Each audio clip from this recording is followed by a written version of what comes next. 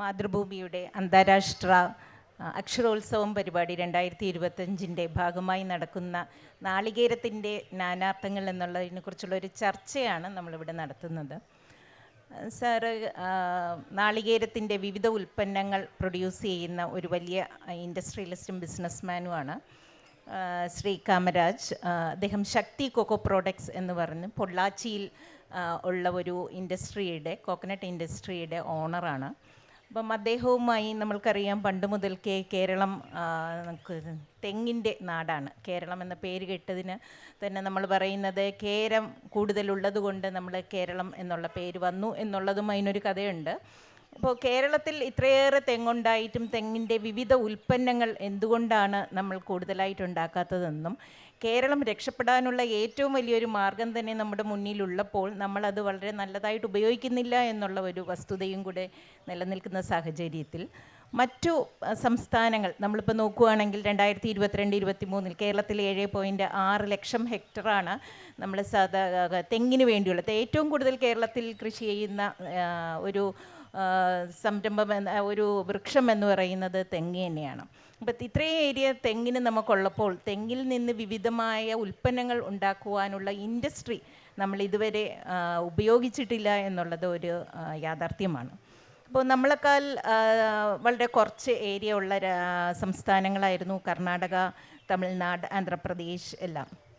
ഇപ്പോൾ കഴിഞ്ഞ വർഷങ്ങളിൽ Karnataka over the last 10 years നമ്മൾ നോക്കിക്കഴിഞ്ഞാൽ കർണാടക 7 ലക്ഷം ഹെക്ടറിലോട്ട് കൂടുതൽ അധികം ഏരിയയിലോട്ട് കൃഷി വ്യാപിപ്പിച്ചതായിട്ട് കാണുന്നു. തമിഴ്നാട്ടിലും ഏകദേശം ഒരു 4.9 ലക്ഷം ഹെക്ടറിലോട്ട് കൃഷിയുണ്ട്. പ്രൊഡക്ടിവിറ്റി മറ്റ് സംസ്ഥാനങ്ങളെ കർണാടകയെക്കാളും കേരളത്തിനേക്കാളും കൂടുതലാണ് തമിഴ്നാടിനുള്ളത്. എന്നാൽ ഏറ്റവും കൂടുതൽ ഉൽപ്പന്നം തെങ്ങ് ഏറ്റവും കൂടുതൽ ഉൽപ്പാദിപ്പിക്കുന്ന സംസ്ഥാനമായി കർണാടക മാറിക്കഴിഞ്ഞു. 595 കോടി നാളികേരമാണ് കർണാടക തരുന്നത്. കേരളത്തിൽ അതൊരു 563 കോടിയിൽ നിൽക്കുകയാണ്. അപ്പം നമ്മളുടെ സംസ്ഥാനത്തുള്ള തെങ്ങിൽ പലതും നമുക്കറിയാം വർഷങ്ങൾക്ക് മുമ്പ് നട്ടതാണ്. ഒരു തെങ്ങിൻ്റെ പ്രൊഡക്റ്റീവ് പീരീഡ് എന്ന് പറയുന്നത് നമ്മൾ നോക്കുമ്പോഴത്തേക്ക് ഒരു 80 മുതൽ 100 വർഷം വരെയാണ് നമ്മളൊരു തെങ്ങിനെ നിലനിർത്തുന്നത് എന്നുള്ളതാണ്. എന്നാൽ മറ്റ് സംസ്ഥാനങ്ങളിൽ ഇവയെല്ലാം വളരെ യങ്ങായിട്ടുള്ള പാംസായിട്ടാണ് കാണുന്നത്. അപ്പോൾ വളരെ ഓൾഡായിട്ടുള്ള കോക്കനട്ട് ട്രീസാണ് കേരളത്തിന് ഉൽപ്പാദനം കുറയ്ക്കുന്നത് എന്നുള്ളതാണ്. അപ്പോൾ കഴിഞ്ഞ വർഷങ്ങളിൽ സർക്കാർ പുതിയ റീജുവനേഷൻ തുടങ്ങിയിട്ടുണ്ട്. അപ്പം അതുകൊണ്ട് ഇനി വരും കാലങ്ങളിൽ നമ്മളുടെ തേങ്ങയുടെ ഉൽപ്പാദനം കുറച്ചുകൂടി കൂടും എന്ന് നമുക്ക് മെച്ചപ്പെടും എന്ന് തന്നെ നമുക്ക് വിചാരിക്കാം. അപ്പം ഇതിലേക്ക് കോക്കനട്ടിൻ്റെ ഇൻഡസ്ട്രി എത്രത്തോളം നമുക്ക് കേരളത്തിൽ ഇനി ഉപയോഗിക്കാമെന്നും അതിൻ്റെ ഒരു സക്സസിനെ കുറിച്ചും കാമരാജ് സാർ നമ്മളോട് പറഞ്ഞിരുന്നതാണ്. അപ്പോൾ സാറിനോട് ഞാൻ ഈ കോക്കനട്ടിൻ്റെ ബിസിനസ്സിലോട്ട് സാർ എങ്ങനെയാണ് എത്തിച്ചേർന്നത് എന്നുള്ളതൊന്ന് വിശദീകരിക്കാമോ? ആദ്യമായി ഞാൻ മാതൃഭൂമി അക്ഷരോത്സവത്തിന് നന്ദി പറഞ്ഞുകൊള്ളട്ടെ. പല ഉപയോഗപ്രദമായ പല കാര്യങ്ങളും നമ്മളിവിടെ ഡിസ്കഷൻ ചെയ്യാൻ പോവുകയാണ്. എന്തുകൊണ്ടാണ് കേരളം ഈ കോക്കനട്ട് ബേസ്ഡ് ഇൻഡസ്ട്രിയിൽ വളരെ പിന്നോട്ട് പോയിരിക്കുന്നതിനെ പറ്റി നമുക്ക് നോക്കാം. അപ്പോൾ ഇത് ആദ്യം ഞങ്ങൾ തുടങ്ങിയത് ഒരു ഫൈബർ ചകിരി ഉണ്ടാക്കുന്ന ഒരു ഫാക്ടറി ആയിരുന്നു. ഞങ്ങൾ തുടങ്ങിയത് കോയമ്പത്തൂരിലുള്ള പൊള്ളാച്ചിയിലാണ് തുടങ്ങിയത്. ആദ്യത്തെ 10 കൊല്ലം, അതായത് 1980 മുതൽ 90 വരയ്ക്കും ഞങ്ങൾ ഫൈബറിലായിരുന്നു. അപ്പോൾ നിരന്തരം സമ്പർക്കം മൂലം ഈ കേര കർഷകരായിട്ട് തമിഴ്നാട്ടിലെ കർഷകരും പിന്നെ ആ ബോർഡർ ഏരിയ പാലക്കാട് ഡിസ്ട്രിക്റ്റിലുള്ള കർഷകരായിട്ട് നമുക്ക് വളരെ സമ്പർക്കം ഉണ്ടായിരുന്നതുകൊണ്ട് ആ തേങ്ങ കിട്ടിത്തുടങ്ങിയതുകൊണ്ട് തേങ്ങയുടെ പ്രോഡക്റ്റ് നമ്മൾ ഉണ്ടാക്കണം എന്നുള്ള ഒരു സ്ഥിതി ഉണ്ടായി. അങ്ങനെയാണ് നമ്മൾ ആദ്യമായിട്ട് കോക്കനട്ട് പൗഡർ അല്ലെങ്കിൽ DCP എന്ന് പറയും, ഡെസിക്കേറ്റഡ് കോക്കനട്ട് പൗഡർ ഉണ്ടാക്കി തുടങ്ങിയത്. അത് അധികവും നമ്മൾ തമിഴ്നാട്ടിൽ കിട്ടുന്ന മരത്തിൽ നിന്നാണ് ഞങ്ങൾ ഉപയോഗിച്ചിരുന്നത്. കേരളത്തിൽ ഉള്ളത് അടിക്കടി, അതായത് എന്താ പറയുക, മരത്തിൽ നിന്ന് കിട്ടുന്ന ഹാർവെസ്റ്റിംഗ് അത് 75 ദിവസത്തിലൊരിക്കലും 80 ദിവസത്തിലൊരിക്കലുമാണ് കേരളത്തിൽ ചെയ്യുന്നത്. പക്ഷേ മറ്റ് സംസ്ഥാനങ്ങൾ പ്രത്യേകമായി തമിഴ്നാട്ടിൽ ചെയ്യുന്നത് കൃത്യം 35 തൊട്ട് 40 ഒരു മരം കയറി കഴിഞ്ഞിരിക്കും തേങ്ങ ഇട്ടിരിക്കും. ഇവിടെ അങ്ങനെയുള്ള സ്ഥിതിവിശേഷം ഇല്ലാത്തതുകൊണ്ട് ഉൽപ്പാദനം കുറഞ്ഞു. പിന്നെ ഒരു കാര്യം, ഇവിടെ ആദ്യം പയനിയേഴ്സ് കേരളത്തായിരുന്നു ആദ്യം തെങ്ങുകൃഷി തുടങ്ങിയിട്ട് ഇപ്പോൾ 80-100 കൊല്ലമായതുകൊണ്ട് മരത്തിന് വയസ്സായതുകൊണ്ട് ഒരു കൊല്ലത്തിൽ ഒരു മരത്തിന് കിട്ടുന്നത് 60 തേങ്ങയാണ്. അതേ തമിഴ്നാട്ടിൽ കിട്ടുന്നത് 250 തൊട്ട് 300 തേങ്ങയാണ്. അപ്പോൾ ഇത്രയും 4 മടങ്ങും അധികം കൂടുതൽ കിട്ടാൻ ഒരു കാരണം ചെറിയ മരങ്ങളും പിന്നെ അവരുടെ സിസ്റ്റമാറ്റിക് ആയിട്ടുള്ള drip system, drip irrigation, very intensive and very watering of planting and fertiliser ഉപയോഗിക്കുന്ന വിധം, ഇതൊക്കെ കൂടിയിട്ട് അവിടെ ഉൽപ്പാദനം കൂടി തുടങ്ങിയതാണ് ഒരു കാരണം. പിന്നെ സങ്കര ഇനം തെങ്ങുകൾ, അത് DJ വെറൈറ്റി പോലത്തെ 3 കൊല്ലം കൊണ്ട് കായ്ക്കുന്ന തേങ്ങ, പിന്നെ ഏറ്റവും വലിപ്പം കൂടിയത് അത് കാമ്പിൻ്റെ വെയിറ്റ് തന്നെ 500 ഗ്രാം വരുന്ന തേങ്ങയൊക്കെയാണ് അകത്ത് ഉള്ളത്. അതുപോലത്തത് കേരളത്തിൽ കുറഞ്ഞത് കൊണ്ടാണ് ഇവിടുത്തെ കൃഷി ഈ പ്രോഡക്റ്റിൻ്റെ ഡെവലപ്മെൻറ്റ്സിൻ്റെ ഒരു കുറവ് അതാണ്. കേരളത്തിൽ നിന്ന് നാളികേരത്തിൽ നിന്ന് വിവിധ തരം ഉൽപ്പന്നങ്ങളുണ്ടല്ലോ. അപ്പോൾ അതിനകത്ത് നിന്ന് കാമ്പിൽ നിന്ന് നമ്മളെടുക്കും, വെള്ളത്തിൽ നിന്നെടുക്കും, അതിൻ്റെ ഭക്ഷ്യേതര ഉൽപ്പന്നങ്ങളുണ്ട്. അപ്പം സാർ ആദ്യമായി ഭക്ഷ്യേതര ഉൽപ്പന്നങ്ങളായ കയറിൽ നിന്നാണ് തുടങ്ങിയിരിക്കുന്നത്. അപ്പം അതെങ്ങനെയാണ് സാർ അത് തുടങ്ങിയതെന്ന്? അപ്പോൾ കോക്കനട്ട് പ്രോഡക്റ്റ് നമുക്ക് വ്യാവസായിക അടിസ്ഥാനത്തിലും വ്യാപാര അടിസ്ഥാനത്തിലും നോക്കണമെങ്കിൽ 2ആയിട്ട് തരംതിരിക്കാം. ഒന്ന് എഡിബിൾ കോക്കനട്ട് പ്രോഡക്റ്റ്, അതിലാണ് ഈ കോക്കനട്ട്, വെർജിൻ കോക്കനട്ട് ഓയിൽ ഉണ്ടാക്കുന്നത്, കോക്കനട്ട് പൗഡർ ഉണ്ടാക്കുന്നത്, കോക്കനട്ട് വാട്ടറിൻ്റെ പ്രോഡക്റ്റ്, നട്ടാഡി കൊക്കോ എന്നുള്ള പൾപ്പ് പ്രോഡക്റ്റ്, ഇതൊക്കെ ഫുഡ്, അതായത് ഈ എഡിബിൾ ഐറ്റത്തിൽ വരും. നോൺ എഡിബിൾ ഐറ്റം എന്ന് പറയുന്നത് ചകിരിച്ചോറ്, കയർ ഉൽപ്പന്നങ്ങൾ, കൊയർ പിത്ത്, ഈ കാര്യങ്ങളൊക്കെ അതിൽ വരും. ഇപ്പം നമ്മൾ കോക്കനട്ടിലെ പ്രോഡക്റ്റ് ആദ്യം ഭക്ഷ്യ ഉൽപ്പന്നങ്ങൾ എന്ന് പറഞ്ഞാൽ desiccated coconut is one of the very very big area where കർണാടകയിൽ മാത്രം 55 ഫാക്ടറിയിലാണ് അതിനുവേണ്ടി വർക്ക് ചെയ്യുന്നത്. ദിവസം ഓരോ ഫാക്ടറിയിലും അവർ ചെയ്യുന്ന 25,000 തൊട്ട്. എൻ്റെ ഒരു സംശയം എന്ന് വെച്ചാൽ സാർ ആദ്യമായി കയറിൽ നിന്നല്ലേ തുടങ്ങിയത്? അതെ. അപ്പൊ കയറിന്റെ ഭാഗമായി വരുന്ന ചകിരിച്ചോറ് നിന്നാണല്ലോ പിന്നെ അങ്ങോട്ട് പോയത്. അതെ. അപ്പൊ ചകിരിച്ചോറിന്റെ കാര്യം ആദ്യം പറഞ്ഞിട്ട് പിന്നെ തെങ്ങ് പറയുന്നത് നല്ലത്. അപ്പോൾ ഈ ചകിരിച്ചോറ് എന്നുള്ളത് 81 അവിടെ ഏകദേശം 300 ഫാക്ടറികളായിരുന്നു. ഓൾ മെക്കനൈസ്ഡ് കയർ ഫാക്ടറി ആയിരുന്നു കോയമ്പത്തൂരിൽ ഉണ്ടായിരുന്നത്. അതുപോലെ കർണാടകയിലും കുറച്ചുണ്ടായിരുന്നു. അപ്പോൾ ഈ ചകിരി ഫാക്ടറികൾക്കൊക്കെ തലവേദനയായിട്ട് വന്നത് അതിന് കിട്ടുന്ന ബൈ പ്രോഡക്റ്റ് ചകിരിച്ചോറ്, കൊയർപ്പിത്ത് 1 കിലോ ഉണ്ടാക്കുകയാണെങ്കിൽ 90 കിലോ കൊയർപ്പിത്ത് അവിടെ കാണും. അപ്പോൾ 1 കിലോ ഉണ്ടാക്കാനായിട്ട് 90 കിലോൻ്റെ ആ വേസ്റ്റ് പ്രോഡക്റ്റ് അത് സ്ഥാപിക്കാൻ, അതായത് അത് സ്റ്റോർ ചെയ്യാനുള്ള സ്ഥലങ്ങൾ വളരെയധികം വേണം. അപ്പോൾ ഇത് വലിയൊരു തലവേദന ഉണ്ടാക്കുന്ന ഒരു അവസ്ഥ വന്നപ്പോൾ ഇതാണ് തമിഴ്നാട് അഗ്രികൾച്ചർ യൂണിവേഴ്സിറ്റി, കോയമ്പത്തൂരുള്ള അഗ്രികൾച്ചർ യൂണിവേഴ്സിറ്റി അതിനുവേണ്ടി ഒരു പഠനം നടത്തി കൊയർപ്പിത്തിന് എന്തെങ്കിലും വിധത്തിൽ ഒരു പ്രോഡക്റ്റായി മാറ്റണമെന്ന് പല റിസർച്ചും ചെയ്ത ഒരു സോയിൽ സയൻസ് ഡിപ്പാർട്ട്മെൻറ്റ്. അതിൻ്റെ ഫലമായി അവർ it is a plant cellulose materials made out of tissues which intake water and keep moisture for a longer time. This was the concept they originated in their study. അതിനുശേഷം ഈ എല്ലാ സസ്യങ്ങൾക്കും എല്ലാ കൃഷി ആവശ്യങ്ങൾക്കും all garden സെൻറ്റേഴ്സിനും ഈ കൊയർപ്പിത്ത് growing media ആയിട്ട് ഉപയോഗിക്കാമെന്നുള്ളത് അവർ കണ്ടുപിടിച്ചു. അതിനുശേഷമാണ് അപ്പോൾ ആൾട്ടർനേറ്റീവ്ലി ഈ കൊയർപ്പിത്ത് ഉപയോഗിക്കാനുള്ള കാര്യം എന്താണെന്ന് വെച്ചാൽ യൂറോപ്പിലും അമേരിക്കയിലൊക്കെ ഉള്ളവർ ഈ ചകിരിച്ചോറിന് പകരം അവർ ഉപയോഗിച്ചിരുന്നത് പീറ്റ് മോസ് എന്ന് പറഞ്ഞൊരു സാധനമായിരുന്നു. Peat moss or Canadian peat moss or ഈ പീറ്റ് മോസ് എന്ന് പറയും. അത് അയർലാൻഡിലും കനഡയിലും ആർട്ടിക് അന്റാർട്ടിക് പോകും തോറും എവിടെ കൃഷി ഒന്നുമില്ല, അവിടെ തണുപ്പാണ് അധികം. അപ്പോൾ ഈ ഐസ് തുടങ്ങുന്ന സ്ഥലത്തുണ്ടായിരുന്ന സോയിൽ അവർ വെട്ടിയെടുക്കും. ആ മണ്ണിൽ ഫൈബറസ് ആയിരിക്കും, കാരണം ചെറിയ ചെറിയ പ്ലാന്റ് വരുമ്പോഴേക്കും അത് അതിൽ ജീർണിച്ച് പോയി കലർന്നിരിക്കും. അപ്പോൾ അതൊരു നല്ലൊരു വളമായതുകൊണ്ട് അത് 10 കിലോ 25 കിലോ എടുത്ത് പാക്ക് ചെയ്ത് വിൽക്കുന്ന ഒരു ബിസിനസ് 50 കൊല്ലമായിട്ട് 1950 തൊട്ട് 2000 വരയ്ക്കും ഉണ്ടായിരുന്നു. ഇപ്പോഴും ചെറിയ തോതിലുണ്ട്. അപ്പോൾ അവർക്കൊക്കെ ഈ മണ്ണെടുത്തെടുത്ത് ഈ ആർട്ടിക്കിൻ്റെയും അന്റാർട്ടിക്കിൻ്റെയും ഉള്ള വലിയ ഗർത്തങ്ങളായി കഴിഞ്ഞു. എടുത്തെടുത്ത് വലിയ മൈൻസ് ആയതുകൊണ്ട് ഗവൺമെൻറ് ഇക്കോ ബാലൻസസ് ഇത് ബാധിക്കും എന്നുള്ളതുകൊണ്ട് അവർ ബാൻ ചെയ്തു. Then they totally abandoned digging of the soil and taking trading activities. അപ്പോഴാണ് അവർ അന്വേഷിച്ച് വരുമ്പോൾ ഇന്ത്യയിലും ശ്രീലങ്കയിലും ഉള്ള ഈ ചകിരിച്ചോറ് ഇതിന് ഉപയോഗിക്കാൻ പറ്റുമെന്ന് അവർ കണ്ടുപിടിച്ചു. അങ്ങനെയാണ് ചകിരിച്ചോറ് 81 ആദ്യത്തെ കണ്ടെയ്നർ ഞാനുള്ള ശക്തി കോക്കോ പ്രൊഡക്ട്സ് കമ്പനിയാണ് കയറ്റുമതി ചെയ്തത്. അതിനുശേഷം ഒരു 10-12 കൊല്ലമായിട്ട് ഞങ്ങൾ മാത്രം അത് ചെയ്തുകൊണ്ടിരുന്നു. ഇപ്പോൾ 200 പേര് ചെയ്യുന്നുണ്ട്. തമിഴ്നാട്ടിലും കേരളത്തിൽ ചിലർ ചെയ്യുന്നുണ്ട്, കർണാടകയിൽ നിന്ന് ചെയ്യുന്നുണ്ട്. അപ്പോൾ ഇതൊരു കോമൺ പ്രോഡക്റ്റായിട്ട് യൂറോപ്പിലേക്ക് മാറാൻ കാരണം ചകിരിച്ചോറിൻ്റെ ഈ കൊയർപ്പിത്ത് ഗവൺമെൻറ് റൂൾസ് ആയിരുന്നു. അവർ enactment of no further digging of soil for garden centres. അതുകൊണ്ടാണ് കൊയർപ്പിത്ത് വന്നത്. അപ്പോൾ ഈ കൊയർപ്പിത്തിൻ്റെ തെങ്ങിൻ്റെ ഈ നോൺ എഡിബിൾ പ്രോഡക്റ്റിൽ ഏറ്റവും അധികം സ്ഥലം പിടിച്ചിരിക്കുന്നത് ചകിരിച്ചോറാണ്. ഒരു കൊല്ലം 2 ലക്ഷം ടണ്ണാണ് ഇപ്പോൾ കയറ്റുമതി നടക്കുന്നത്. അതിൽ ഒരു 3000 കോടി രൂപയുടെ വരുമാനം ഈ തമിഴ്നാട്ടിലേക്കും കർണാടക, കേരള എല്ലാം കൂടി ചെയ്യുന്നുണ്ട് ഇപ്പോൾ. നമ്മൾ നോക്കിക്കഴിഞ്ഞാൽ ഒരു 15,000-ഓളം കൊയർ ബേസ്ഡ് യൂണിറ്റ്സ് ആണ് മൊത്തമുള്ളത്. ഏകദേശം 6 ലക്ഷം ജനങ്ങളാണ് ഈ കൊയർ ബേസ്ഡ് യൂണിറ്റ് ഇൻഡസ്ട്രിയുമായിട്ട് നിൽക്കുന്നത്. കേരളത്തിൽ ഇഷ്ടംപോലെ കയർ ഉൽപ്പന്നങ്ങൾ ഉണ്ടാക്കുന്ന സ്ഥലങ്ങളുണ്ട്, പണ്ട് തൊട്ടേ പാരമ്പര്യമായി നമ്മൾ ചെയ്യുന്നതാണ്. അപ്പോൾ ഇഷ്ടംപോലെ കയർ പിത്തുകൾ ലഭ്യമായ കേരളത്തിൽ നമ്മൾക്ക് ഇതുപോലുള്ള ഇൻഡസ്ട്രികൾ, പിത്ത് ബേസ്ഡ് ഇൻഡസ്ട്രി എന്ന് പറഞ്ഞാൽ ഗാർഡൻ ഹോർട്ടിക്കൾച്ചറിൽ ഇപ്പം വളരെയേറെ ഇമ്പോർട്ടൻ്റ് ആയിട്ട് വരുന്നതാണ്. വളരെ സ്റ്റെറൈലായിട്ടുള്ള ഒരു മീഡിയമാണ്. നമുക്കറിയാം, നമ്മൾ പല സോയിൽ മീഡിയമായിട്ട് ഉപയോഗിക്കുമ്പോൾ വരുന്ന രോഗങ്ങളെ മാറ്റാൻ വേണ്ടി നമുക്ക് ഈ പിത്ത് കഴിയുന്നതും അതൊരു മീഡിയ ആയിട്ട് നമുക്ക് യൂസ് ചെയ്യാം. അപ്പോൾ ചെറുപ്പക്കാർക്ക് ഇതൊരു വലിയ ഇൻഡസ്ട്രി ആയിട്ട് തന്നെ കൊണ്ടുപോകുന്നതാണ്. നമുക്കറിയാം, ഇഷ്ടംപോലെ തൊണ്ടുകൾ കേരളത്തിൽ എല്ലാ വീടുകളിലും തെങ്ങുള്ളതാണ്, എല്ലായിടത്തു നിന്നും തൊണ്ട് കിട്ടുന്നതാണ്. അപ്പോൾ ഈ തൊണ്ടിൽ നിന്ന് നമുക്ക് വളരെ എളുപ്പം ഉണ്ടാക്കാൻ പറ്റുന്ന വളരെ മെഷീനറികളൊക്കെ ഇതിനുണ്ടാക്കാനായിട്ട്, പിത്തുണ്ടാക്കാനുള്ള മെഷീനറികളെല്ലാം ഇപ്പോൾ അവൈലബിൾ ആണല്ലോ. സ്മോൾ സ്കെയിൽ ആയിട്ടുള്ളതുകൊണ്ട്, ലാർജ് സ്കെയിൽ ആയിട്ടുള്ളതുകൊണ്ട്. അപ്പോൾ അതൊക്കെ വെച്ചിട്ട് പിത്ത് തന്നെ നമുക്ക് മാർക്കറ്റ് ചെയ്യാൻ പറ്റുന്ന ഒരു വലിയ ഇൻഡസ്ട്രി നമ്മുടെ മുന്നിൽ ഓപ്പൺ അപ്പ് ചെയ്ത് കിടപ്പുണ്ട് എന്നുള്ളതും ഒരു വസ്തുതയാണ്.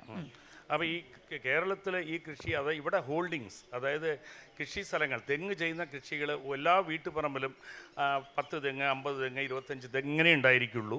അതേ നേരത്തെ തമിഴ്നാട്ടിൽ എടുക്കുകയാണെങ്കിൽ 50 ഏക്കറ, 100 ഏക്കറ, 150 ഏക്കറ എന്നുള്ളത് ഒരു വ്യാവസായിക അടിസ്ഥാനത്തിലാണ് കൃഷി ചെയ്യുന്നത്, ഇൻറ്റൻസീവ് അഗ്രികൾച്ചർ ആക്ടിവിറ്റീസ്.